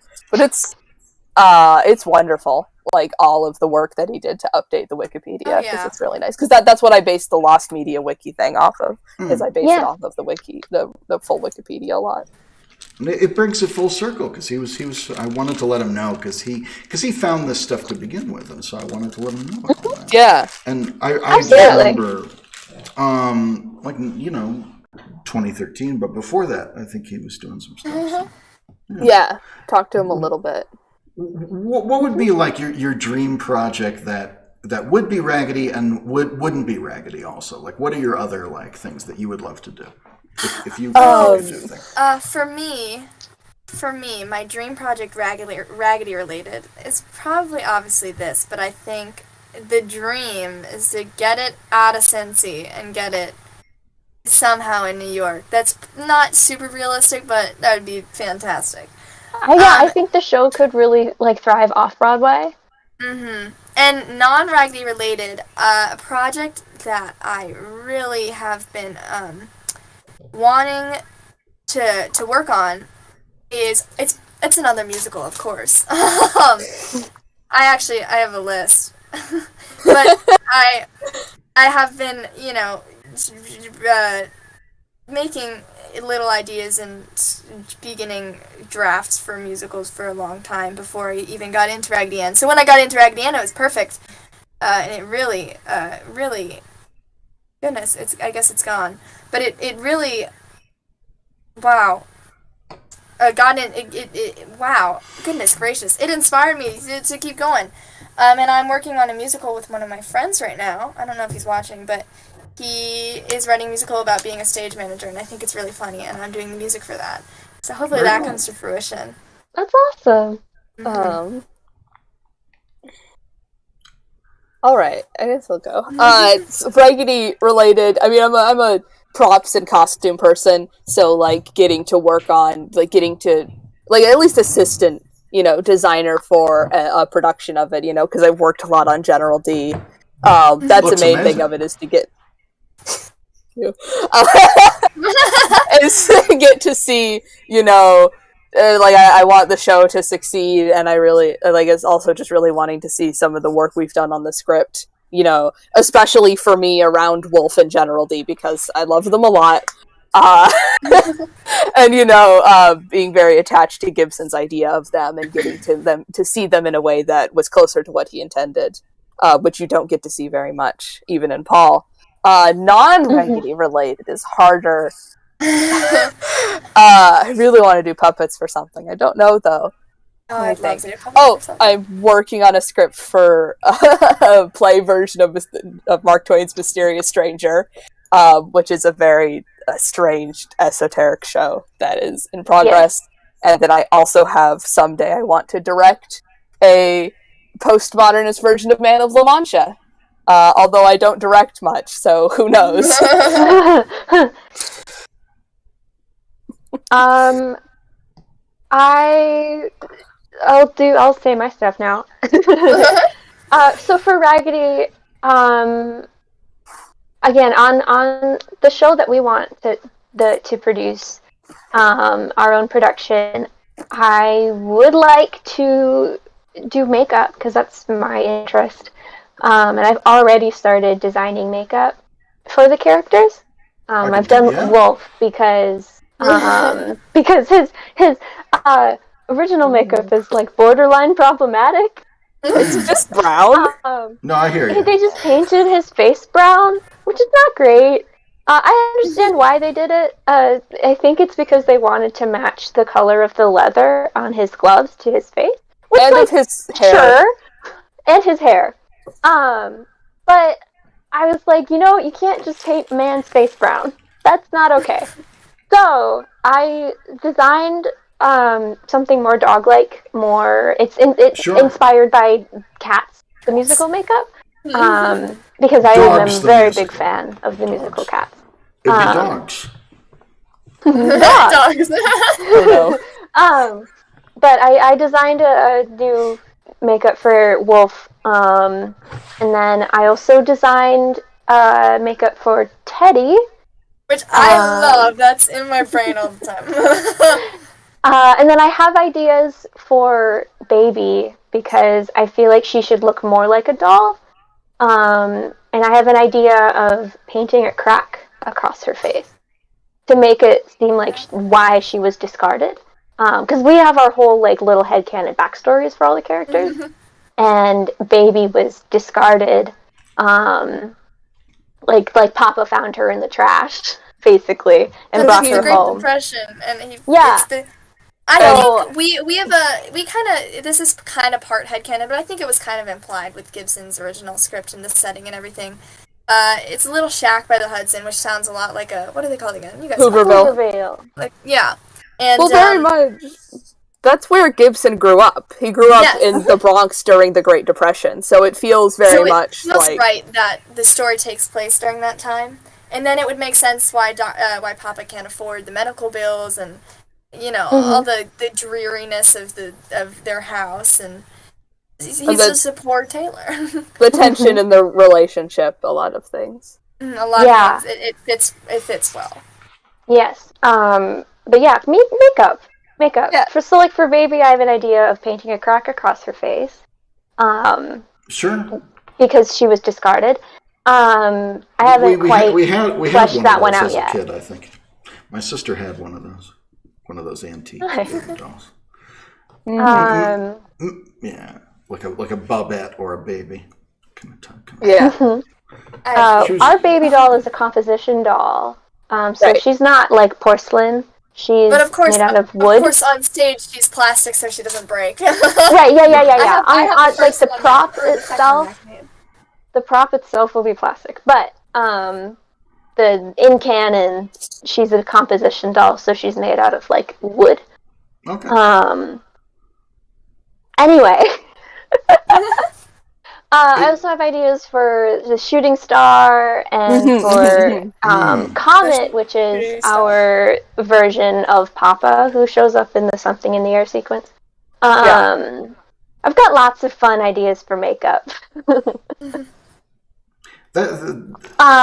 For non-Raggedy stuff, I don't have a lot of plans, really. I'm not working on anything else right now, mostly because I can't work on anything. I can't work on more than one thing at once. But also I'm in school, so basically my main focus is to graduate. Oh yeah, definitely. Very fair. Always a good idea. Yeah. Though I've been playing with the idea of for my senior showcase, which isn't for a few years, but my senior showcase, doing a Rocky Horror Shadowcast and hosting that at my university. But I don't know. I don't know if that is ever going to happen. That's really neat. That's very cool.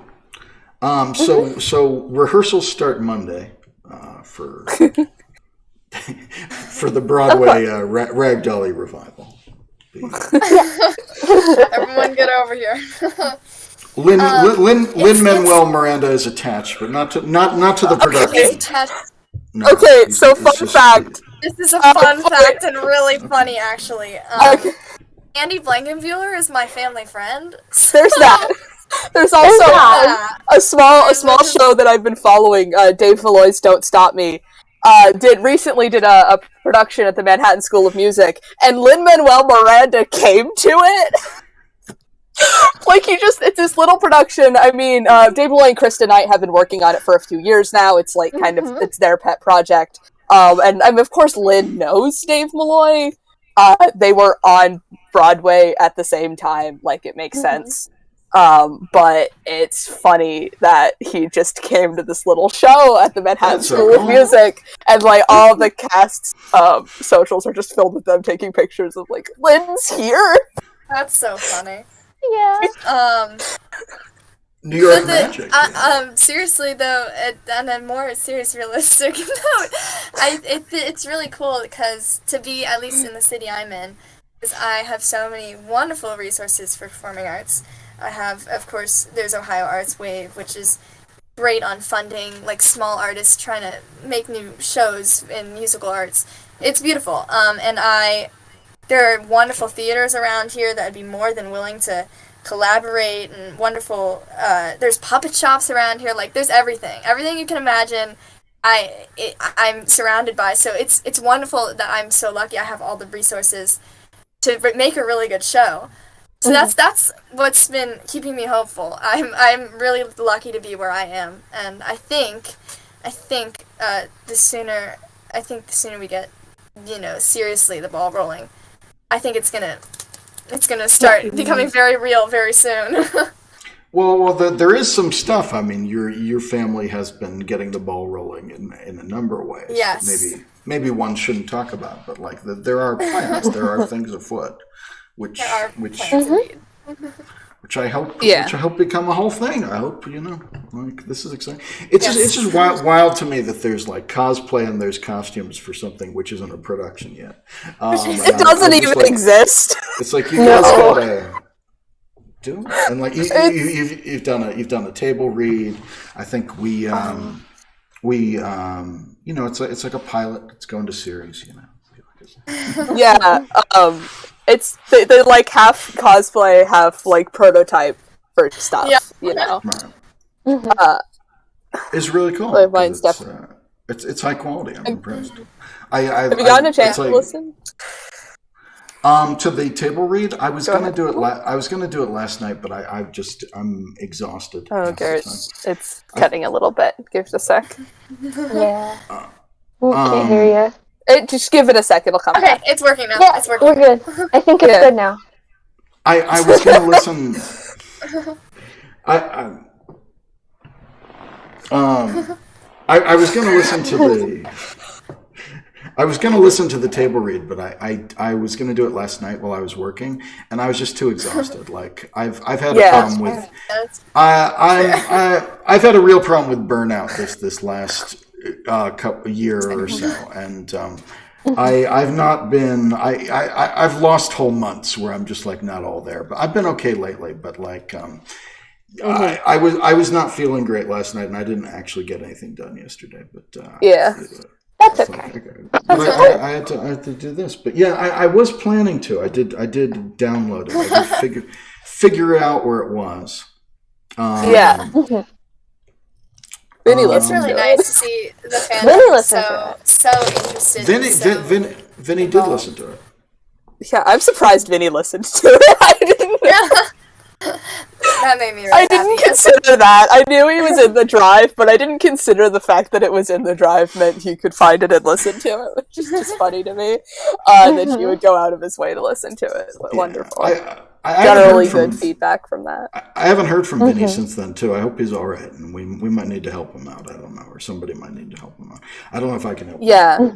Like I've been at the point for so long where I've like needed help, and like I've gotten right. Like I hope. My main thing is I don't know him very well, so it feels stranger to like offer a hand if I barely talk to him at all. But like as a community, like where and the Lost Media community, like if we had the chance, if we had something easily shareable, we would definitely like do our best and spread it around sure. and get Yeah. And yeah, so I'll wait to see if I hear from Vinnie. I hope he gets through it all right, because he's just having a tough time financially and with everything else, like his life. He just commented. I was like, but also people need to be able to find your team, and I know you're on Twitter and Tumblr. So yes, hopefully, Twitter, Tumblr, and Instagram. I think I want to make a TikTok soon. I think that'd be fun. Please. will it be a group TikTok, or will it just be a you? It will be a group TikTok. Don't worry. Okay, I just wanted to know. It's like you're already doing stuff on TikTok. I'd say. I think you should be filming. You should be filming stuff like you're filming stuff for TikTok, which is great. You should be doing some of this too. Yeah. Once stuff gets like really professional and into we it, should like make it. I was planning on when production is officially getting going, I was gonna make a YouTube channel. So we can definitely. Go ham. The only reason I don't post, so the main thing we're on is the official Raggedy Ann Tumblr. And then there's Raggedy the Ann Twitter. Revival Effort, real simple. There's the Twitter too, which doesn't have as much on it, but that's like it's a little bit more professional over there, and like that's still a good place to contact and like at least follow like the general idea of what's going on. And then the Instagram, which is less active, but I think it's the most professional, is No, the Twitter's the most professional, but also the least active. Yeah. It's a direct proportional relationship. Yeah. So on Tumblr and Instagram we're Raggedy Ann Revival Effort, and then on Twitter we're something else that's on Twitter we are Rag Ann Revival, because Raggedy Ann Revival Effort was taken. Who took it? I don't know. Like it wouldn't let me type it in. I don't know why. It was too long. Maybe it was too long. Maybe that's it. I don't quite remember. Ghost and then we've got William a Gibson, side Tumblr, but it's kind of chaotic. It's insane. That's it's run by us, and then we just don't tag. I saw that one. I've seen the chaotic one. I don't know. Yeah, that's like our chance to kind of distance, like this is the professional one, this is the chaotic one, but it's still run by us. And it's a mix of the more fandom stuff that like we just get the chance to like express our more fandom side, and then also like really long really long rant analysis of the script. I like that it's also a fandom and that you get feral and chaotic. I mean, I can't be there along with you because I'm 40, but it's like, it's amusing to me that there is this fandom that has this energy, and it's like. Because I was there for Homestuck and My Little Pony when those took over Tumblr, and I was like, okay, so this is what the kids are into. Like, this is me trying at 2010, and that's ancient history now. Like, that's ancient Tumblr history. But it's exciting. I like the chaotic energy of a fandom is always, I think, helpful for a project maybe. It's definitely driving it. And a lot of what we do is like taking a lot of that energy and those ideas and like making it into something that will genuinely work, like being kind of a central point that because instead of having a bunch of different people trying their own thing, we can say, take that energy, come help us. And we'll channel it in a way that's a little more professional and like a little more likely to go towards something. But also, like, all of the fan works people do and, like, the fan fiction and the fan art is wonderful to see. And, it definitely makes it, like, a lot more worthwhile to work on it. Cause it makes it 10 times more interesting. I have a lot more passion for it with the small but mighty fandom that exists around the show. Yeah. Something about Raggedy Ann in general, I think it's the movie and the show, something about it holds your attention for a long time. Usually I'm only in fandoms for like a few months tops, but I've been in this fandom for over a year now, and I never get bored of it. The movie fandom died down after a few little months. Bit. But something about this musical, like, it's like a chokehold. I think, for me, it's a combination of the characters and the story itself. Because it's quite interesting story. Right, Yeah. it's both something that you can be kind of like chaotic in fandom about, oh, look how much I love these characters, but also like something where Analyze like crazy. I can read the scripts like 50 times and like to really analyze And what find Gibson something was new every trying to say time. and find something new. And really analyze like what Gibson was trying to say in an interesting way as well. And I've already said this, but like it does have that like high school or early college like energy of something that the parents will watch it as something for very little kids, but the kids see it as something very dark and like complex. And that's how we did stuff when I was making movies in high school. I would do like comedy features with my friends the last year of high school, and they also did Peter Pan, which was like a kind of like a pretentious version of Peter Pan. And that's it has a certain energy where Raggedy Ann, I think, is an idea whose time has come in a way, because this is a less you need like more positivity, I think, in 2022. I think that like everybody, like 2000s internet was very like edgelord, and I don't think you could be as sincere. And that very much got separated. So all the edgelords kind of became like fully radicalized in a very dark way, and then like the kind of the softer edge of it is something that is more prominent, and people are you've got to be soft to be strong, I suppose. And there's And it is also, it's a project that was messed up, and that you feel the need to fix it and to put it on and to actually make this happen, and that it could be something like important for people. But there's also a lot of lore to it, obviously, because it was a popular thing in like the 20s. Johnny Gruelle would do stories and cartoons for newspapers like back then in the day. And it's also I'm sad that the movie fandom dies down just as I'm putting out the movie. Apparently, it's not dead. It's not dead. It's not dead. It's not as rabid as it was. It was crazy for the first few It was actually. There was like a million for different Discord servers, and some of them had beef with each other. It was like a whole thing. Oh yeah. And see, I can't follow that. Like I know people like get beef with people get beef with me out of nowhere, and I try to figure out why sometimes, and there's never an actual reason. So like it's kind of stupid. I will say, like, some of the popularity of Rag Dolly is that same sort of like edgy, although it's a little different now, where it usually turns into genuinely liking something. But just like the modern lost media community, there's definitely that edginess to it. But it's always a lot more genuine in like you're still like they still like the thing.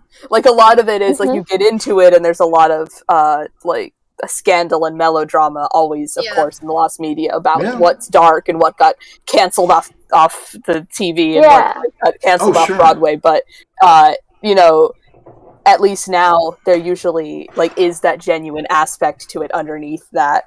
At least for the people who aren't just like children, but that's why we need to bring. I know that like teenagers like want to grow out of kids stuff, but not too far.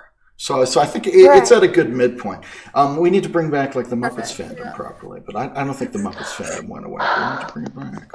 No, it never went away. Never went away. Just a little less quiet and insane. I don't think Disney knows, but I don't think. No. Disney doesn't. No, they don't care either. They don't care. Most of the restoration work that I do is just because it's something that Disney isn't releasing because they don't care. Like Disney can care about like 3 things a year, and then they didn't need Kermit the Frog because they had Mickey Mouse. You know, they've got the Avengers and they've got what they made out of Frozen and this and that. And it's a shame. They don't need Kermit the Frog, who was like a Mickey Mouse level character in the 80s. And, he was. And I think that, the Muppets were like, I mean, I wasn't live in the 80s, so I don't have first-hand account of this, but the Muppets were basically at the same level as Mickey Mouse in the 80s, and I think that is incredible and wonderful, and I wish it were still true. Because they have, like, Mickey Mouse is it's Mickey Mouse. And then you have Muppets, which are something completely different. and yet they were at the same level of popularity, and they were just as beloved, and the Jim Henson all Hour just was went. the Jim Henson Hour was also like Jim's last hurrah, Yeah, it was. when he was still around. So that's why that meant something to me, and you couldn't get it like in good quality. So that was Yeah. like why I did it, and a lot of other Muppet stuff, because you couldn't get it. And I grew up in a Muppet household. I still know Muppet people, and I think I still know about. I actually. off topic. I just worked on. That's true. Yeah, it is off topic. It's very off topic. But you You were can't talking. talk to me about Muppets. Go talk to you- Ronnie about Muppets. We're going forever. But Brooke, that's actually my sister's name. But you were talking about puppets. I think for a little bit. It's Brooklyn for the whole thing. Right. Although they all call me Brooke still. I just worked a show of Avenue Q. Oh, really? Very cool. So it's very much in my heart right now because I just did a show of Avenue Q. That's really nice. I is was raised in interesting. a Muppet household, so I've always loved the Muppets. Oh yeah, me too. I wasn't. Okay, I grew up watching like Sesame Street because I think a lot of people do. There you But go. I never saw like any of the Muppet stuff until I was older. I think I watched One of the first Muppets movies my mom showed me. from Space when I was younger, but I don't think it was because my parents showed me it. I don't remember how I saw it, but I saw that movie. And then I think I saw something in like middle school once. And then finally in high school, I was like, okay, I'm going to watch all of the Muppet movies right now. I think the first one I saw was Muppets in Space, and then Muppets Christmas Carol, and then the original. Mm. That's funny because it's the timing of it all. Like, but Yeah. you couldn't get the Muppet Show 4 and 5 on DVD, and you still No, you can't. couldn't. And now, when it came out on Disney Plus, that was a big deal. Although they was cut a a really couple big of deal. episodes. They cut a couple of episodes, but like it was a big deal. Like, and like I'm wondering if there was a fandom that could grow up about that. But when it's unavailable, that is hard. And all the stuff I was doing was basically unavailable. And Yeah. I was just like leaking stuff out of archives. I shouldn't admit that. But like there were a lot of memes. Like Kermit became a meme character at least. Like Yeah. the You typing did move that was one of mine. The typing was one of my Yeah, it was. illustrations. But it was also Kermit was like the Talking Heads Kermit from Muppets Tonight became a meme with the big suit. Like yeah. And that's a show you can't get either that we had to leak. No. Also. Like, and actually, Yeah. I'm not even allowed to leak Muppets Tonight, but I do sometimes. I don't know. I'm way off topic. Sorry. Anyway, I'm also off topic, but When you're because I always wanted to do like a musical, and I always wanted to do a puppet show Yes. also, and I never quite could. Everything fell like those projects fell apart. I made some movies, but Yeah. those particular projects fell apart. But like, Yeah. have you had moments in this fandom where you're like, we didn't quite get that one? Like it's the old Batman thing where like almost got him. Like there was something we were trying to get, and maybe we'll get it in the future, but we didn't quite get it. Or what are things you're still trying to do and get? I guess. Or I like think what, the biggest roadblock, if I had to call it a roadblock, would be. It's honestly a hard one. We've been pretty lucky, I think. Yeah. For a while, copyright was a roadblock, but we're working on that now, and actually making really good progress. Yeah, hopefully. I mean, the progress we're making so far is very extremely promising. So, correspondence like every single day, which is really great. But I think the biggest roadblock we probably hit. Oh, I remember we were trying to figure out where this one Russian production, before we had any orchestrations or any of that, had gotten the original music. the disco diagnosis you mentioned. Right. And I contacted them, and they never responded, so I contacted them again. No response. I contacted them. I went to go contact them. The email was taken off their website, so I was like, okay, this is sketchy. went back to the website like a week later. The website wasn't there anymore. Yeah. And that's not really a roadblock with the actual show, but it was still... You scared them. You scared them off. Like, I think they I were scared like, them away. these Americans are starting a war with us, I think. Because it's very, because they had the original music, and so we were very And pretty intrigued. accurate staging, too. So someone in the Oh, production yeah. must have seen it. Mm-hmm. Someone It's- must have seen it, and they has to have some access to sheet music or bootleg Yeah. to recreate it Yeah. from. I mean, So that was there's really a certain smart. memory because it was Get there. that worked out. Yeah. Oh. And obviously Yeah. now we're kind of gonna have to put a halt on that for at least a little bit anyway, until Yeah. stuff blows over. I know the feeling because Thief and the Cobbler was Something we Ragdoll still and want to USSR do. Yeah. Something we still want to Ronnie. do is find that Moscow footage. Right. Absolutely. My fear with that is that it was preserved in Russia for posterity. My fear with that is it's still in Russia. I can't speak Russian well. How do I? I know people who speak Russian well. There's just like, what do you tell them to do? And like, What do you there's tell like them? a lot Where of, do you look? and where do you Yeah. look? You know, like once, like I know I've got family friends who've lived another in Russia. But Another disappointing roadblock is we found like a bunch of news footage of like Ivy singing and Yeah. interviews with Pat Snyder, maybe even Right. this review that got it shut down. But that costed like Oh, $30,000. Right. Bother.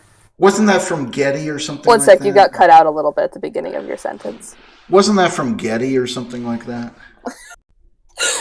Give it a sec. Okay, there you you're go. Now back, you're you're back. One more time. Oh. Yeah. Wasn't he'll that wasn't that from Getty or something like that? It Yeah. was. Yeah, So yeah. it was in the archives for some news station, and they gave all their archives to Getty Images, which makes you pay a heck of a lot to use their stuff. So that was really Yeah. disappointing when we found all of it and we couldn't end up seeing it ever. Well, I guess it's still. That was I really guess it's disappointing. still And it might have had the technically review that possible. got the show shut down in the first place, which Yeah. made me go crazy. It might have had the TV spots with Snyder and Gibson. And the And it would have the TV spots of Anne singing the Rag Dolly song that we see a clip of in the USSR in full. Yeah. So it was a little sad when we couldn't get those. Right. It was like $30,000. Like, I'm not gonna pay that. I know. Yeah, I mean, hopefully, though, we might be able to find that because I'm very interested in the news clips, both of the mother who complained and of Snyder and Gibson's response, he had a very interesting, he didn't really want to have a response. Snyder got him into it, and he was like, I'm just gonna say something they're not gonna like. And she was like, yeah, just go do the TV slot anyway. Other than this collection of TV, Very minor. Oh, wait, what? sorry, keep going. I thought you were going to say something else. Other than this collection of like TV clips, we have had luck with some clips from TV broadcasts. We found one that had never before seen footage of the Moscow production, Which and we can't show anyone. Which we We're not can't supposed to show. have it. No. Because we were supposed to. We weren't supposed We to. don't have see it. We don't have it. We don't have it anymore. We don't have We it. don't have We anything. don't have it What? anymore. But Because we had to give it back. We did find Yes. it. It was rented, and We we do don't not have have it it anymore. anymore. We Yes. gave that back. Yeah. Anyway. But it had clips. It had clips from the Moscow production that we had never seen before, as well as the rehearsals for that Moscow production. Right. Which was really, really interesting. Yeah. Okay. Go ahead, Garrett. Oh no, I'm not saying anything. I was just. Okay. Yeah. We found footage of it, but it was rented, and so we had to give it back. Right. Yes, But we we did don't get have to it see anymore. some very nice Moscow footage that includes some of David, which is wonderful. You can tell in every situation. I'm always like, but what happened? But what's with General D? The answer is wonderful David footage that we didn't have before. Yeah. Very much. And the Ohio, the stuff from Carrie. Yes, Yeah. which I'm actually going to see in person in one of these upcoming months because I'm taking a college visit there. And in the meantime, I'm visiting their archives, to see her costumes and both of the fish puppets. Both of the fish puppets, Get costumes, pictures, please. costume sketches, possible The- scripts. Yes, the only things that won't be there is the blue and regular camel because Because those someone are owned by has them. some guy. Some Some guy guy. has those. Yeah. Who knows? And Ivy's heart and her hat, because her hat was her dad's, so she. And Ivy you know, still has her Ivy heart. still has her heart, which is really cute. So those are the things I won't be seeing, but I will be seeing. I'm pretty sure most of the costumes from the show, and that's gonna be super cool. Because there'll be the Broadway costumes. There'll be the And I Broadway don't costumes. the Yeah. Broadway costumes. We do not know what the rat in the Rolls Royce looks like on Broadway. We do not. Upset. We don't know what he looks And like we at might all. figure it out. We might figure it out. There's so many visuals from the Broadway show that are interesting that we've only seen through very, very, very tiny little pictures and Right. non-shareable stuff Yeah. that we haven't seen. Especially in any other officially. Yeah. Yeah. Like Well, there's a, the nurses But were pretty normal. there's also these little contact Yeah. sheets and stuff like that. The We tiny- know that it yeah. sort of exists, Yeah. but it only sort of. The thing is, in all of those, there is no pictures of the rat. I'm No upset. pictures of that. And there's so many interesting things that like we don't quite understand still. There is the nurses, the nurses were pretty normal in the videos that we have, but of course they got skimpy somewhere down the road. And They're very skimpy on Broadway. There's the a nurses are there's so a picture, skimpy. there's a single picture of General D with the nurses, and then Anne with like a tombstone with her name on it. And we don't know what the state I don't know what's going on there. what's going on there. It's probably part of Econ's writing, but Yeah. like really, where does that fit in? There's a picture of Leo of General D carrying Marcella like bridal style, and I'm like, I don't know why that's and you're in like, there. where does that come in? Yeah, there's a lot. There's also and It's a also pictures. lot. Yeah. There's also pictures that we believe are from Broadway of the Mexico sequence. probably which previews, It's probably which is from so previews. weird. Like, But and it's these so ones strange. aren't blown up because these are undeveloped, like not undeveloped. Yeah. Right, but they're right. Not, It's they're it's not like a blown up, contact but they're- sheet of it. Yeah. Yeah, And so you have to zoom in, and you're like, "Is that Mexico? It's Mexico, but it's also It's Broadway. Mexico. So what's happening there?" Yeah. And then I think there's one of oh goodness, what was I gonna say? I forget. Talk about some. yeah. There's a lot of like little pictures that you can't see very well. I'm trying to think of what Yeah, other yeah. things that I found really interesting about them. Oh, the Broadway set looks really cool. Oh yes. Um, That's what I was gonna talk about. So the Broadway, there's two things. We got this explained by Carrie, which I love. So Carrie. there's the famous picture of General D covered in spider webs, and he's like holding his arms out, and he's like, and you're like, okay, how's he gonna, walk around the stage like that? Because every single night he got hot glue gun sprayed to look like he was in spider webs, and then he rose up like this out of the closet, and then Yeah. he opened his arms, and then And the he spider was webs just came every out. single time they would just completely coat him in hot glue gun spider webs every single Yeah. time. Yeah. And he couldn't move until Yeah. Yeah, he had to just stand That's perfectly wild. still until he broke all, And which then is wonderful. the set. Oh, there's one picture of the set that makes me go insane, and I'm so mad that we don't have pictures we can share of it. But it's when he burst the whole set apart. It's like all cracked. It and falls shambles, apart. shambles. Like, it is chaos because it's a full... fully falling apart, and And it's so this- cool. And I don't know how they did that effect, and I love it. Because it's in this version, Marcella's room is a lot more like a box set versus the SEPA one that you see is like a very deconstructed set. But it's more Sure. like a box set, and they destroy this box set. And Which it's is so Seba, when impressive. her room gets blown apart, a few of the walls are put on the ground, the bed's like moved around a little bit, like stuff like that. But in this one, full cracks in the wall comes apart, like just fully. It's insane, and I wish I could share pictures of it. 'Cause I love it so much. Maybe with Garrett sometime, but like not in general. Like, not- unfortunately, we can't share it. Not, Yeah, no, I'm trying to think, except the slaughterhouse set looks way worse. It's just a chimney. Yeah, the slaughter. I'm sorry. That looks so bad. But Bat still has a pole, so... She does. She kept her pole. Think of what else we know about that. Most of it's very similar. The fish looks the same, unfortunately. The fish looks the same. I like that he spits water now, but he's just goofy looking. Like, some of the Russian productions have done better with the fish than they did on, like, there was the one of the first Russian productions we found had this amazing, like, anglerfish. Constructed, like, anglerfish that glowed. Oh, bring that back. Okay, that was good. Right.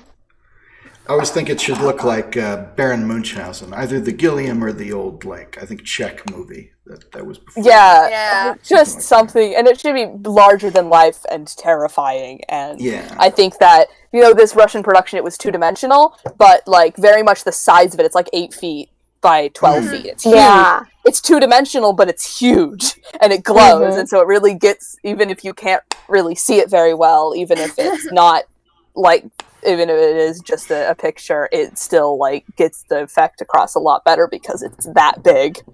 Well, that is the sort of, like, Baron Munchausen, like, would be, like, 2D anyway, like, in both of those films. Yeah, or, like 2.5 dimensions is... 2.5 dimensions, yeah. Well, that'll be like the Switch version of Raggedy Ann as like a platformer would be like 2.5D. Yeah, 2.5. You can move just a little bit, but like it's essentially still 2 dimensions. Yeah, exactly. Where you got some texture, and like you can see into the mouth a little, but it's like still essentially a shadow puppet, a paper puppet. Yeah, I'm trying to think. I guess I could open it up now, but I don't want to make my computer handle that. Another visual that I wished I had seen that I don't know how they did is at the end of Little Music when camels soared into the air. Because you can hear the people in the bootleg applauding like crazy. How did they do that? I don't know. We have no idea. I believe he was on a fly system. Well, probably, but like, how did that look? Right, I don't know how that looked. And also, in the script, it mentions Yum Yum appearing in puppet form, but nobody we've asked about it remembers it. So, was it it's something in the air. Was it a puppet? No one knows. Yeah, we know very little about Something in the Air. There's so few pictures of the Broadway Something in the Air. Like, the only pictures that existed of the wedding, and that's like it. Yeah, it's just the wedding, nothing and else. That's such a huge song, so I wish we had more. Yeah, because there's like there's the whole rat sequence, and there's tango. There's Yum Yum, right, there's the tango, there's Yum Yum's soliloquy, there's so many little bits of Something in the Air. And all you get is the wedding, and it's kind of disappointing. You get the picture of them like, with the heart. It's really cute.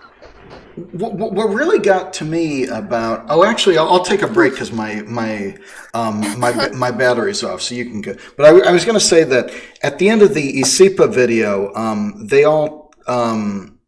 like the father and the mother take a big bow together, and I'm like, you haven't earned that. Yeah. You haven't earned that. And at first we thought... That feels like a beat, that feels like a story beat, and it's like, you haven't earned that. Yeah. At first we thought it was just the actors doing their thing, but every single bow is in character, so like, what... the wolf bows. My guess is... Yeah, it's so funny. My guess is someone on the production team thought that people wouldn't like it, and they wanted a happy ending, so they did that. Yeah, wolf spouse. They do that in a lot of. That's really common in a lot of Russian productions where they have mom and dad get back together at the end. So when I saw that, I was like, "This is familiar." I don't like it. No, they shouldn't have a reunion. No. Not only does it not make sense for the show, it's not healthy for either of them as characters. No, it's not. No, I love the bows so much. I watch them every time I watch it because, like, everyone comes out, it's pretty standard, and then the trio comes out, like, the evil trio come out, and, like, General D, like, Wolf and Bat are so dramatic, and Paul does this wonderful bow, and then Bat is very elegant, and then Wolf just, like, howls. And then he runs around, and then he snarls in the faces of one of the Ragettes as he runs around, and they all. He just absolutely puts his entire soul into a last howl. It's wonderful. I don't get in the Broadway audio. Someone comes on stage and the audience boos like crazy. What's going on there? Really, when? Who is that? Why are they booing so loud? Is it in the bows? It's in the bows. That's gotta be Probably Leo. General D. But it makes me. It's like toward the end. It's not like. Probably General D. They might have had him come out last. Yeah, they in that probably case. changed the order. But I mean, it's great. So I'm wondering, was the audience just like silly and Probably. I like. Yeah, people or like was to boo the the Ragettes villain. mics on, or was the Ragettes mic still on? It was William Gibson. Even in They were booing William Gibson. Yeah, no. He came on stage. No, But even in the Asipa video, you can very, very lightly hear some of the Ragettes booing. So maybe it was the Ragettes. Maybe I it was think the it's funny. Ragettes and the it's audience funny. picked it up. And the audience was like, oh, we should be booing. I hear people booing. Let's move for the villain. Oh, Leo. wonderful job. I think they wanted to Or boo even, like, anyway the Harry because it's the situation where half Broadway audience show, so hated it they and half the wanted audience to. loved it. Right. I think it's funny that Leo was in Les Mis the year Literally after. Yes. Like, the You probably next put season. that on his resume. Think about that. That's silly. Yeah! Literally the next Broadway season, he was in Les Mis getting the Tony for Best Musical. Yeah, I think what Les Mis won. He's the Nadia in the original Broadway one of Les Mis. Nardia. Which is wild to me. Insane. I He's love in that fact. I like to tell people that. I'm like, this Les Directly Mis. led to Les Mis. Yeah, or You know Les Mis. at least Leo, who's wonderful. That's another thing. That's my own little personal thing that I forever be sad about. That is another reason I really want to happen, is because out of all the cast members we can find, every General D is gone now because they were all so relatively sad. older compared to the rest of the cast. So there are, Mac got to talk to David briefly. But other than that, like, we can't have any contact with any General D, which I feel sad about and because he's my poetic favorite character. in a way. It is very poetic, and also I'm very sad, Very and sad. I want to put on. And every time I think about putting on a show, I think about like just getting like this big, imposing actor and like getting to work through General D. Ooh, General D is such an interesting character. I love everything about him. I want to meet a General D. I want to work on it too. And like, I really want. And I have my own little costume, but in the end, it's like I am like 5'4". Me too. So like, So I you, want. I'm 5'7". So I I know, want. you're tall. It's both like my own desire to see this character realized.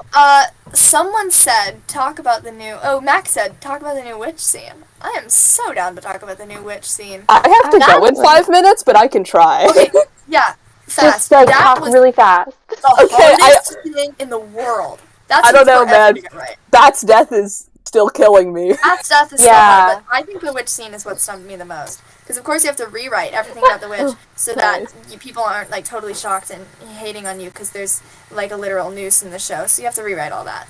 And then of course you have to keep the same emotion, she's still suicidal, obviously, that like you can't have the scene without that. But also Marcella can't quite forgive her, and if she does forgive her, it has to be for a really, really good reason, which there isn't really a good reason. And the thing is, in the original, in the Asipa, it's really hard to tell because that scene moves really quickly after the song. Yeah, it does. In the Asipa, Marcella doesn't forgive her very easily. Right. And in the original Gibson ones, it was even less so. That, like, Marcella was not on board with forgiving her. She was, like... Yeah, she was not okay with it. This is one of my biggest issues with Broadway. When they realized that people didn't like the darkness, they watered it down too much. And that's when they were like, the easy, oh, I forgive you, like, immediately. That doesn't work. And it takes away all the emotional, like, depth of the scene. Right, so it's now... And it's hard to describe exactly what we changed, because a lot of the dialogue is Gibson's original dialogue in one way or another. It's just shifted around a lot. It's a little more put...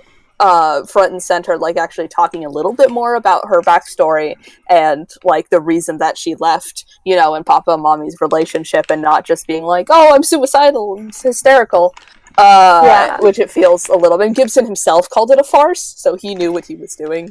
Right. But right, like, Brooke, Gray said that you are General D. I am okay.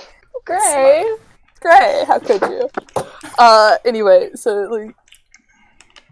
Yeah, and I love what we've done, but it's really hard to explain because it's so different. It's so different, but at the same time, it has the emotion Gibson wanted there, and It's really it makes sense. similar. We tie it back to General D a little bit more, which is something that the original didn't do. And keeping the darkness via association and via subtext. And if you instead of going like, oh, death and destruction, it's more like, we're going to talk about General D here, and if you're aware of everything that's going on with him, you know very well they're talking about death. So it's like putting it behind that fantasy veil a little bit, but at the same time, but allowing us to still talk about those darker themes in a way that's not quite as bad. Not only does it make Marcella's forgiveness more realistic, it makes Mommy as a character a lot more realistic and portrayed in a lot more of a sensitive way, a humanized aspect, where she was kind of just in the old one she was there. They played it for laughs, which is terrible. She's 'Cause they were more afraid there of it. as an actual character and an actual example of real people. People are like that in real life, and I think Does anyone want a fruit snack? I think it's gorgeous. Yeah. Yeah. Yeah, there's a lot of it's mostly those emotional beats are the parts that get changed the most, and it's hard to describe because a lot of them are the same scene. Same people go in, same emotions essentially come out, but they're very much shifted both to make things follow a little clearer for the audience, as well as to tie in themes across the show, so it doesn't feel quite as much like a surprise when it's suddenly, oh, this theme was here, this is what we're talking about now, instead of something that's been very much tied into the entire show. Another place where we've incorporated that is the argument in the clouds. Before, in basically every iteration, it was kind of stupid and kind of came out of nowhere. And now, with Marcella being more active in her own story, which is wonderful, that was a big problem with the show originally, too. Yeah. Right. She has a say in, telling Anne that she's overwhelmed and that she wants to, sit back, take a break for a second, and comprehend everything that's going on around her. And I think it adds a lot of emotion to the argument, and it makes it come in a spot that makes sense and not out of nowhere. And we've kind of mushed together aspects of the argument from different versions, and then of course Mac, when she joined, helped a whole bunch on making it feel right emotionally, and I think we're at a good place with that too. That was one of my other big pet peeves. And it's very much part of Anne's arc in that she's sort of coming into her own and realizing what she needs to do to help Marcella and realizing who she is. And there's where Marcel is a little more active in Anne's arc, instead of Anne passively realizing, oh, what I'm doing isn't working, I need to be better at what I'm doing in all of this. She gets a little more direct response from Marcella about how good of a job she's doing. Yeah. No, Is there something you would say to people who have just watched the eSEPA video? Because that's the easiest way to get into it, I think. If people have just seen that video, what would you, as your caveats, your footnotes, your okay, actually, because one thing you often say in the server is that when you reread the script, it almost has the Dune problem where it's throwing a lot of stuff at you up front, and you don't actually think this thing is that deep, but it's all stuff you actually need to understand. The David Lynch Dune problem. I'm sorry. I know there's a Dune remake that I have on DVD here, but which I haven't watched. But the original David Lynch Dune throws a lot of stuff up at you up front, which you actually do need to know, but it just sort of spits it out, and nobody actually processes that information. And Raggedy Ann has a lot of subtle stuff because you're like, oh, I'm watching a Raggedy Ann musical, but there's actually a lot of stuff happening here. Also, do I need to reboot for Gwyn's sake? I think give Gwyn a moment. Okay. I think give Gwyn a moment. But what would you tell the people as a caveat and an explainer, I guess, to the wider what you're actually trying to do? Panda is obviously the best character. I think the first thing I always say is this is the very first iteration of the show, so you gotta look at it. I don't know what the expression I'm looking for is, but you gotta look at it critically and realize that it got a lot better as it went on. But also that I think more importantly than looking at the mess of and weird story that it is, you have to look at the relationships that are there between the characters that work beautifully. That I think they got right off the bat. I think the main thing that I mentioned to people is the wedding sequence that was added. Yes. That's always the first thing, is they'll be like, what the hell was something in the air? And I'll say, right in the middle, you have, in addition to this cloud sequence, this wish sequence, one of her wishes is for her parents to get back together. That's, like, very important. And as well as the appearance of Yum Yum and Red Fang. Or Yum Yum. Red Fang, kind of. Red Fang's in there, too. He howls. He howls. Which we add a lot more to, but of this... That sequence is a big part, because otherwise you watch something in the air, you don't know what the hell is going on, you don't know why it's in here. Exactly. It's so important to the story, and the fact that it's not in the first Asiba one really throws a lot of people off when they're trying to understand what's going on, and like the morals and all that.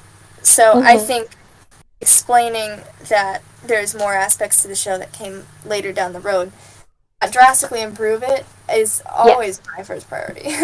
But also, I say look at the characters and characterizations, and that's beautiful. And ignore Panda. Well, Panda doesn't exist. Her Panda is slightly more charming than the Broadway. Yeah. I do like her Panda more than Broadway Panda. A lot. Yeah. Panda in general is tricky. But definitely what they did later down the line, as opposed to the very first one, is a little better. Yes. Than the first. So they improved it. They improved it when in the second Asipa run, because that's when they added in a lot of the more recognizable things like the wedding sequence and the longer Mexico sequence. And the longer Mexico sequence, Mexico in the first Asipa run was painfully short. Yes, the one that we hear in the demos is the one they used after the video. It's really close to the one they used. Yes. It's a little bit different. It's a little bit different. It's a little bit different. Blue in the very middle close. of Mexico. Yes. And then there was the inclusion of Papa and Marcella talking about her mother in the beginning. That was added in the second Asipa run.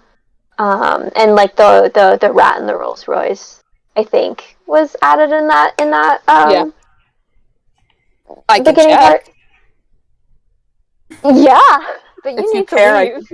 I'll the script hell. That's why I've got one earbud out. Okay. To know when I need to leave. I'm gonna go pull up the script hell so that. Okay, thank you. The script hell is a nightmare, but it is also very useful in the training. Trying to think of what else they added in the second Asipa production. Oh, my computer hates me for trying to open up the script hell. F. Oopsie. What is F? Yeah, it was in the Gibson Journal script fragments that are before 85. So yeah. Okay. Yes. Makes sense.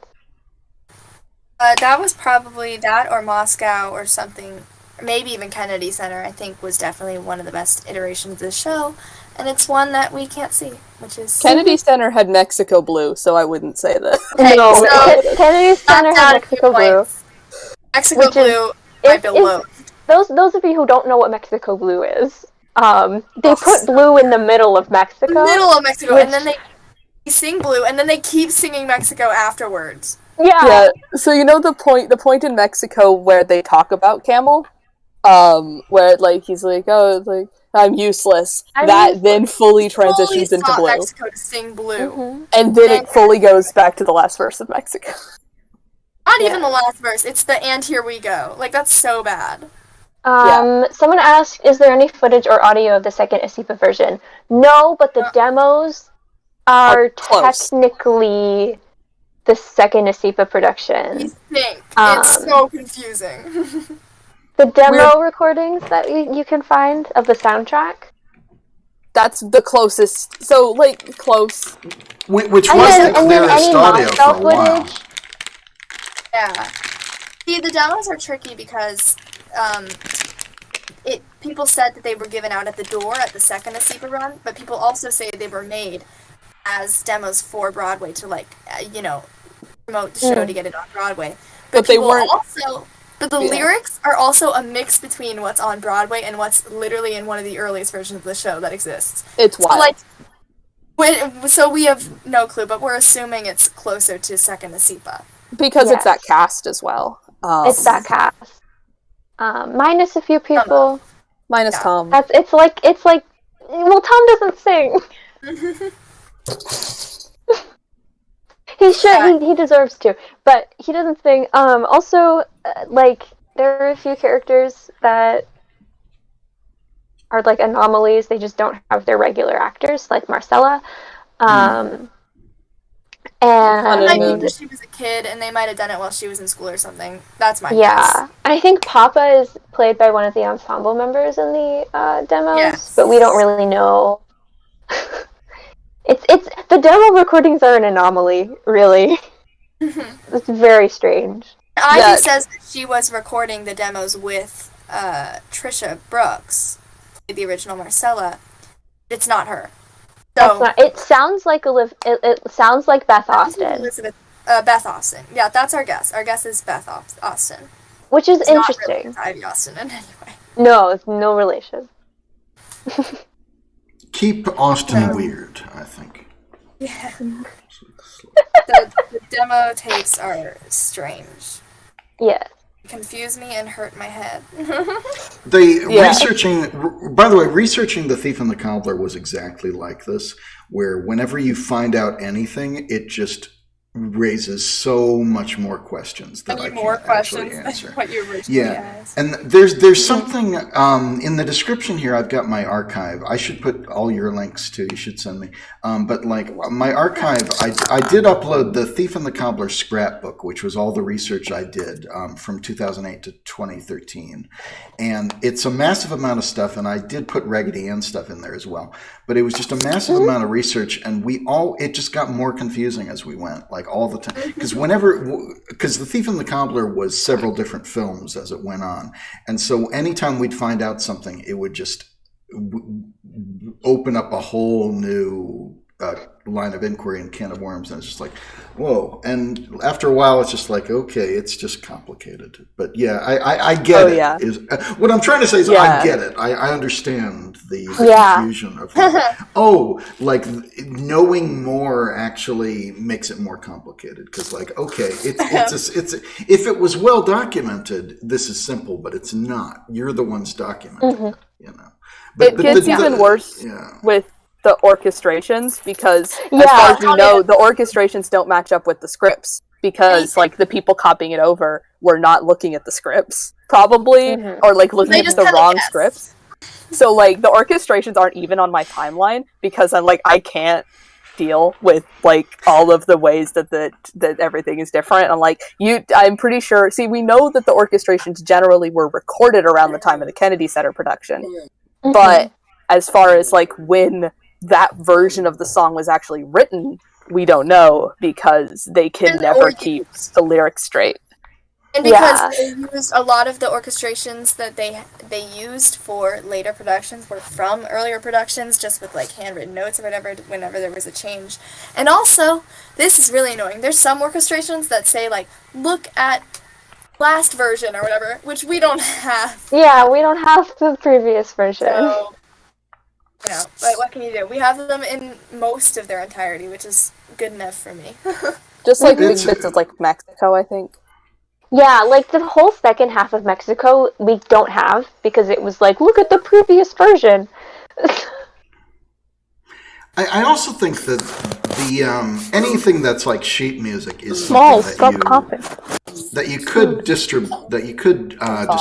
I think you could remake all the sheet music and not really get it. Yes, we actually are in sort of the process of doing that. But of course, there's some areas that are basically unreadable, so we're just trying to clean that up. Yeah. a little. Yeah. From No, I the hear you. original Raposo drafts, not from the orchestrations, from the Raposo drafts, which are just piano and vocal, we have some decent ones, which like we do distribute to people occasionally who want to use it for like recitals, or practice and stuff. You know, when you just have someone sitting at a piano and someone singing, you know, stuff like Rag Dolly or What Did I Lose? But as for our orchestrations, our wonderful, wonderful Hazel. musician Hazel, they are making, they are kind of redoing the orchestrations for a smaller pit, but still with the same sound and the same vibe. And also, they're doing No Girl's Toy, and they're doing Teddy's verse in the light. Anything that Panda had, they're reorchestrating. They're redoing, and it sounds so good, and the work they've done is marvelous. And they also did, which I think, I don't know if it was their idea completely, but it was, or maybe it was, but it works and it's beautiful. Somewhere reprise, not somewhere. Yes, somewhere. It's somewhere reprise. It's a mix of me and Hazel, I think, because in one Gibson draft, there's a version where the witch sings Somewhere instead of Anne, where it's her song. And it starts off with we thought about it. We thought about how we could use it, and like I was really gunning for this because it starts on the line, I don't want adventure, I'll make do with kindness. And it's just a really sweet line. For the witch to sing, sort of, and I thought it said a lot about her character. So there's a lot of pull for me to get that into the show, but you can't mess with What Did I Lose Somewhere in its state currently. So we added a reprise, which is essentially just those two lines, and most of the rest is some dialogue, and then where's the place for sometime love is always there, which is just like to get that line in, and also to establish more of like a back and forth between the witch and Anne, because while they kind of talk at each other a lot, you don't really get the sense that they're connecting, that they're making a difference in each other's thoughts. So they both care for Marcella. Both feel the need to look after her. That was one of my big notes about the SEPA production, was that What Did I Lose Somewhere is beautiful, but it's ruined by the fact that they're both singing, honestly, because they're both very good. I believe I captioned it Epic Rap Battles of History, because they're both just going at it, and it feels like two different songs. And that was something that they worked on, and that's something that you guys are working on. But there's also, in the Discord, the rare Discord, there's a section for fan-made instrumentals, and I've been people have been working on that, and it's been really impressive. And I hope you'll keep me, because I'm not really going to be in the Discord very much because I'm 40, but I hope you'll keep me informed about what you're up to. And obviously rehearsals start tomorrow for the Broadway production. So. Be there. Be there or be square. Yeah. Square. We keep you updated. I try to keep Vinnie updated too. Also, just please update the wiki. I don't know how Wikipedia works. I update the Lost Media wiki. I don't know how to update Wikipedia. Well, my experience with Wikipedia is it seems more like a conversation and more meaningful between those two. It's great. Right. The first song is still very much like they're singing at each other, but then throughout the scene they kind of combines. And you can see, especially since Marcella isn't there, she comes right after, but you can see especially the both of them, it's a lot. I think it's clearer, at least a little bit. I don't know, I really appreciate it.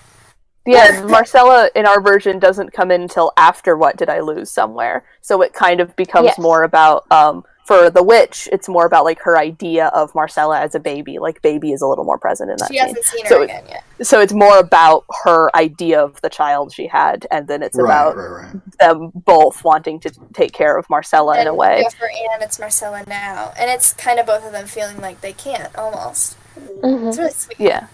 And it gets to be their scene, and then you bring in Marcella, and then you have her and her mom. When Marcella was there before, the problem was they were singing about the same person and the same want, I think. Which is, that makes sense. They're still singing about it, but I think in this context, it can almost connect about they don't know at this point that they're both talking about Marcella, but they know that they want the same thing, so they can kind of connect over that before Marcella enters the scene. I think it's really sweet. And then you get a little bit of a reprise, which just to bring their conversation together in a way, and also to get that line from the witch of, you know, I don't need, like, the whole make-believe fairy tale, like, I don't care anymore about having, like, this stunning, wonderful life that I had imagined when I ran off. I just want to have people who love me, and I think I like that line a lot. Well, I don't need make-believe either. I mean, as a song, I don't think we need it. Oh, cut out. See, Here we go. Every time, but you're back now, so. I was saying I don't think we need make-believe either. Yeah, no idea what I you're will saying. interrupt you this time, because usually when you start talking again, it works. I interrupted you and it didn't. Okay. It's okay. You can just. Oh my gosh. I'll just hide. I think I'll just hide. No, I hello? It's because you're all making noise, so it's like a one person. I think Discord is weird that way. It's like I think I was just making a joke about how we don't need make believe as a song, but it was just one of those little things you say. Because you know that was a song that they added for people. They added for Broadway, and they added a bunch of different versions of it, and it's just kind of taking over, and it's not very good. But what would you say to people right now who are interested in putting on this show all of a sudden, who maybe want to support you, or who maybe want to do their own thing, or what? What would you say? Come help us. If you have connections or anything, or experience or anything, come help us. We'd love it. Come. You'll love be it. enthusiastic about it. Spread awareness about it. Make the fandom bigger. Like go Right. insane. Yeah. And also, if you want to perform the music, you can. Like, the script is kind of iffy, but no one will come at you for performing any of the music. And also, Yes. Guys, Be More Chill got on Broadway because of their crazy fandom. So I mean, the more interest that is generated in the show, even if it's like not the best publicity, which I don't see how that's the case, but actually, we did have an article that was like a negative review, but it was so funny it doesn't even matter. It was perfect, and It was like mean spirited but like funny, so we're okay with it. So like the more awareness about the show that exists, the better. So if you want to support us, come join the server, chill out, or at least like follow the Twitter, the Tumblr, the follow Instagram. Like, Tumblr. just keep updated. Spread awareness about the show and be crazy and make the fandom grow. Yeah. Oh no! Bye, Brooke. Bye, Brooke. I guess she had to go. Yeah. I guess So.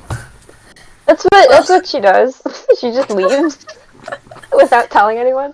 Yeah. We love her. That's what I'd say. this will just be Brooke. Yeah, there we go. Yes. Yeah, okay, so she did have to go. That's funny. But that's what I'd say. Spread awareness about the show, grow the fandom. A little crazy. Honestly, we'll take any support we can get. I tell my friends all the time. I told a new friend of mine all about it. I spent like an hour just ranting about the show, and she was like, "Wow, that's so interesting." You probably need more YouTubers to actually do videos about it. Maybe, I don't know. Yeah, so we had. It's a double-edged sword though, because they with the Thief and the Cobbler they started doing it and getting it wrong. I made like a compilation type of deal that got a bunch of views from people who weren't even into the musical. So I should do another one of those because that got a lot of attention. Yes, you should. So we've had two YouTubers make videos about the show. Of course, Colin Looks Back. He made a video about the show even before Rare was a thing. But then once we found the footage, he made like a follow-up video about it. which was super nice. He's really sweet. And then we've also had, we were featured in a video by Blame It on Jorge,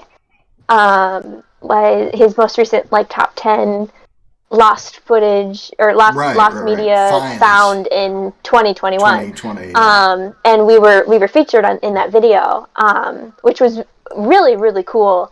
And it did bring in some people who had never heard of us and had never heard of the show. Jorge is also very sweet, and I hope we get to work with him again. We are trying to get the attention of Wait in the Wings. Yes, that's our goal right now, because they do beautiful, wonderful, awesome analyses on musicals, especially ones like Raggedy Ann that flopped. I'm sure a lot of people watching the Carrie one. Yeah, he made a video about Carrie, which brought a lot of attention to the show. A ton. And it told the story of the production, and I think and that the research revival, research that goes into those videos are insane, and Incredible. always everything's super accurate. I think it would be wonderful to see a Raggedy Ann one, and I think it would bring a lot of attention to the show and a lot of love. So that's the goal right now. It would be good because that's what got some of the organizers into the show was that it's wild, and that is something where where do these fandoms come from and how can you grow it? And say I'm someone who it's like I've been saying with this, it's like there's a fandom for something that I was researching 9 years earlier. So okay. There wasn't at the time, but okay. I don't know how to make a fandom for stuff now, but I hope you can do it, and I hope there aren't the same roadblocks. I hope people don't stand in your way, and that there's some you start to see productions of it. But it does seem like people are more open to it, or some people are being positive. People that you're contacting are being positive. I think a lot of them. Yeah. This one is surprising to me. So we've had issues with Patricia Snyder in the past, and she's always been very intimidating.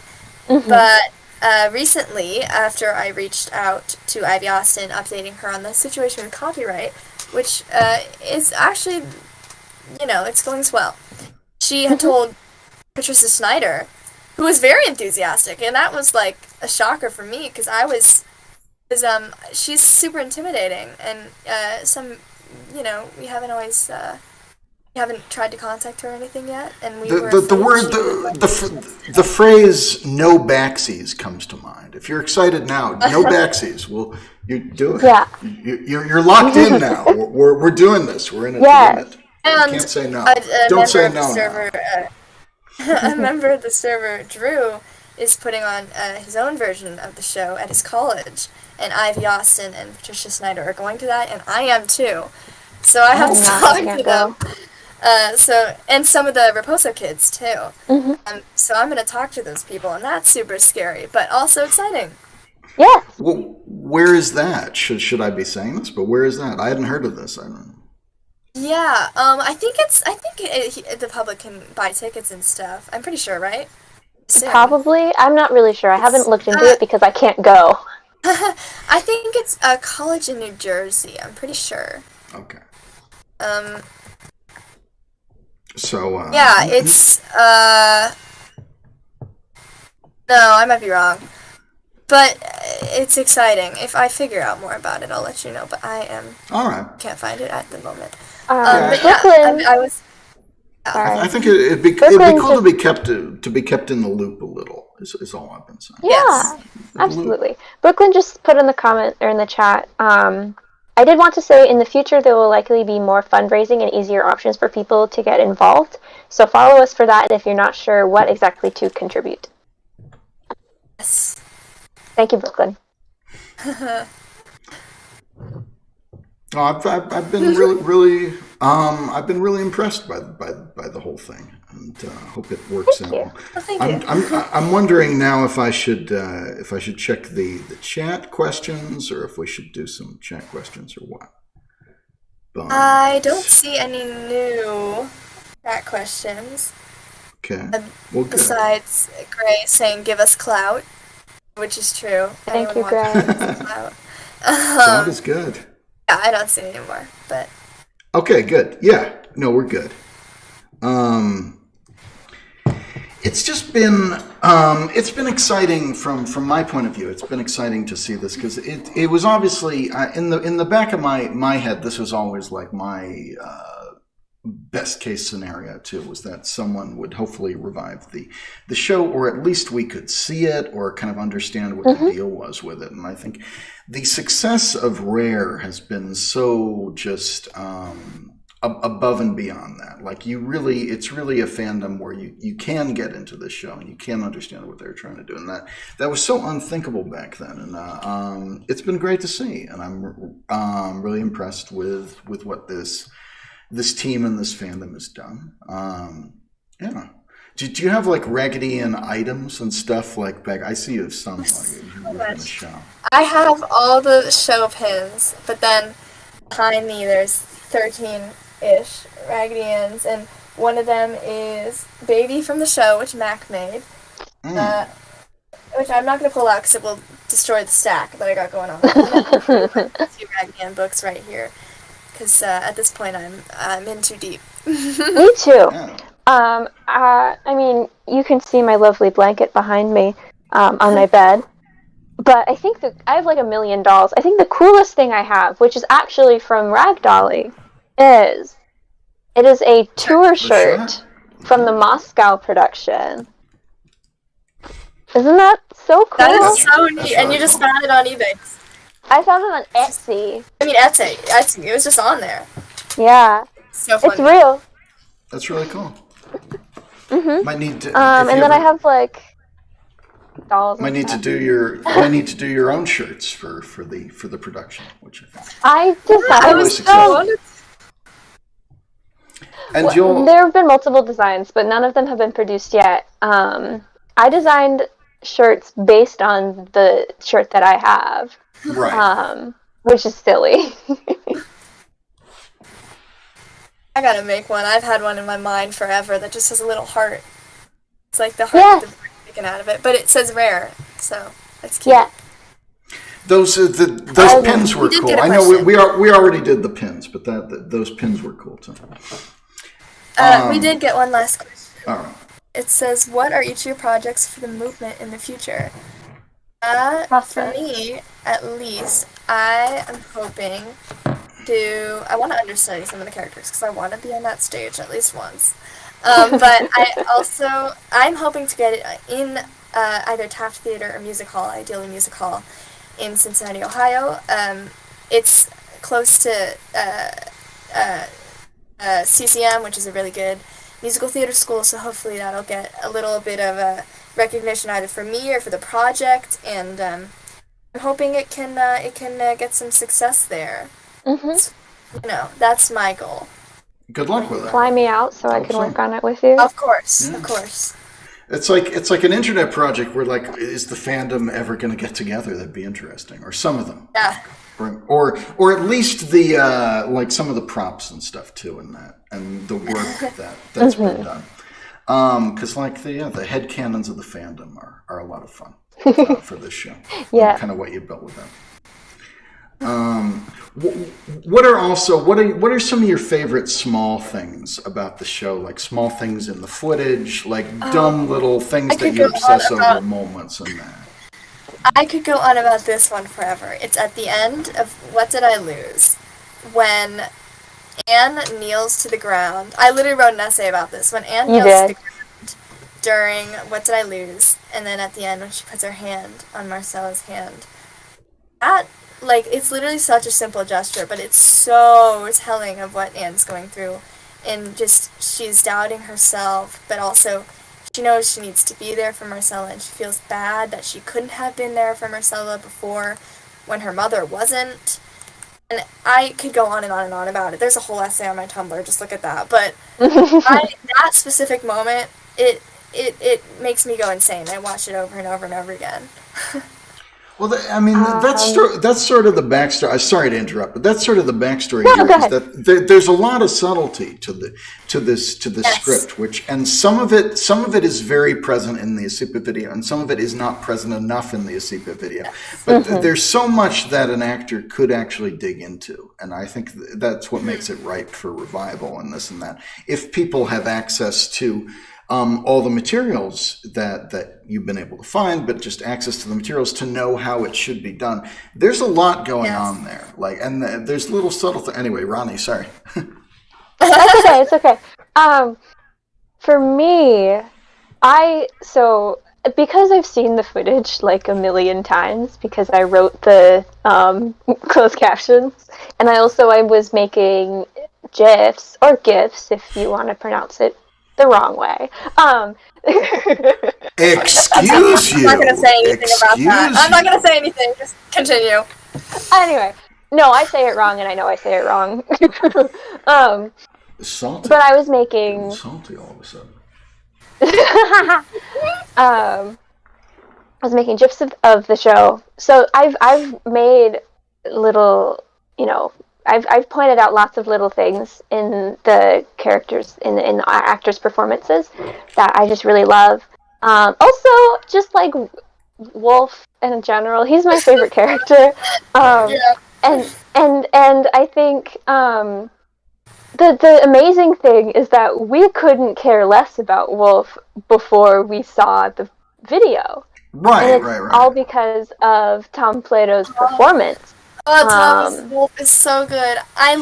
Broadway Wolf is good, but he seems a little Broadway Wolf, Gordon Weiss, I think his name is. He performed the character as the character was written, which is fair. No Thing problem is, with that. he's not written well. But Tom performed him as like this, not really gross. He's just a little stupid, and he's very genuine. He performed the character much more animalistic than you would expect. It's very he's not afraid to crawl around on the floor, and he's always barking and whimpering and howling, and he's just a dog. And so the creepier things that Wolf does is sort of They seem just like a thing a dog would do. recontextualized. Yeah, because he's a dog. He doesn't know better. Whereas if you play him more like a person, it's just weird and creepy. Gross. It's like slimy. Yeah, but Tom Plato portrayed the character very, very genuinely, and it really sort of transforms the character into this very sympathetic and tragic character that I don't know if William Gibson had intended that. But it's great. It sure is incredible that Tom Plato was able to do that, and he did it so well. So just that whole thing about the Sifa tape. Sure. That is my thing. That I will watch him in the background all the time. Oh, sure. And that's what I was thinking when I asked this question, by the way. I thought that's exactly what you would say. But the wolf he comes riding was something that wasn't really known about. And I don't think from a singing point of view, there's not much singing in it, but just from a story point of view, it is so tragic and it's perfectly placed. And it makes so much more sense.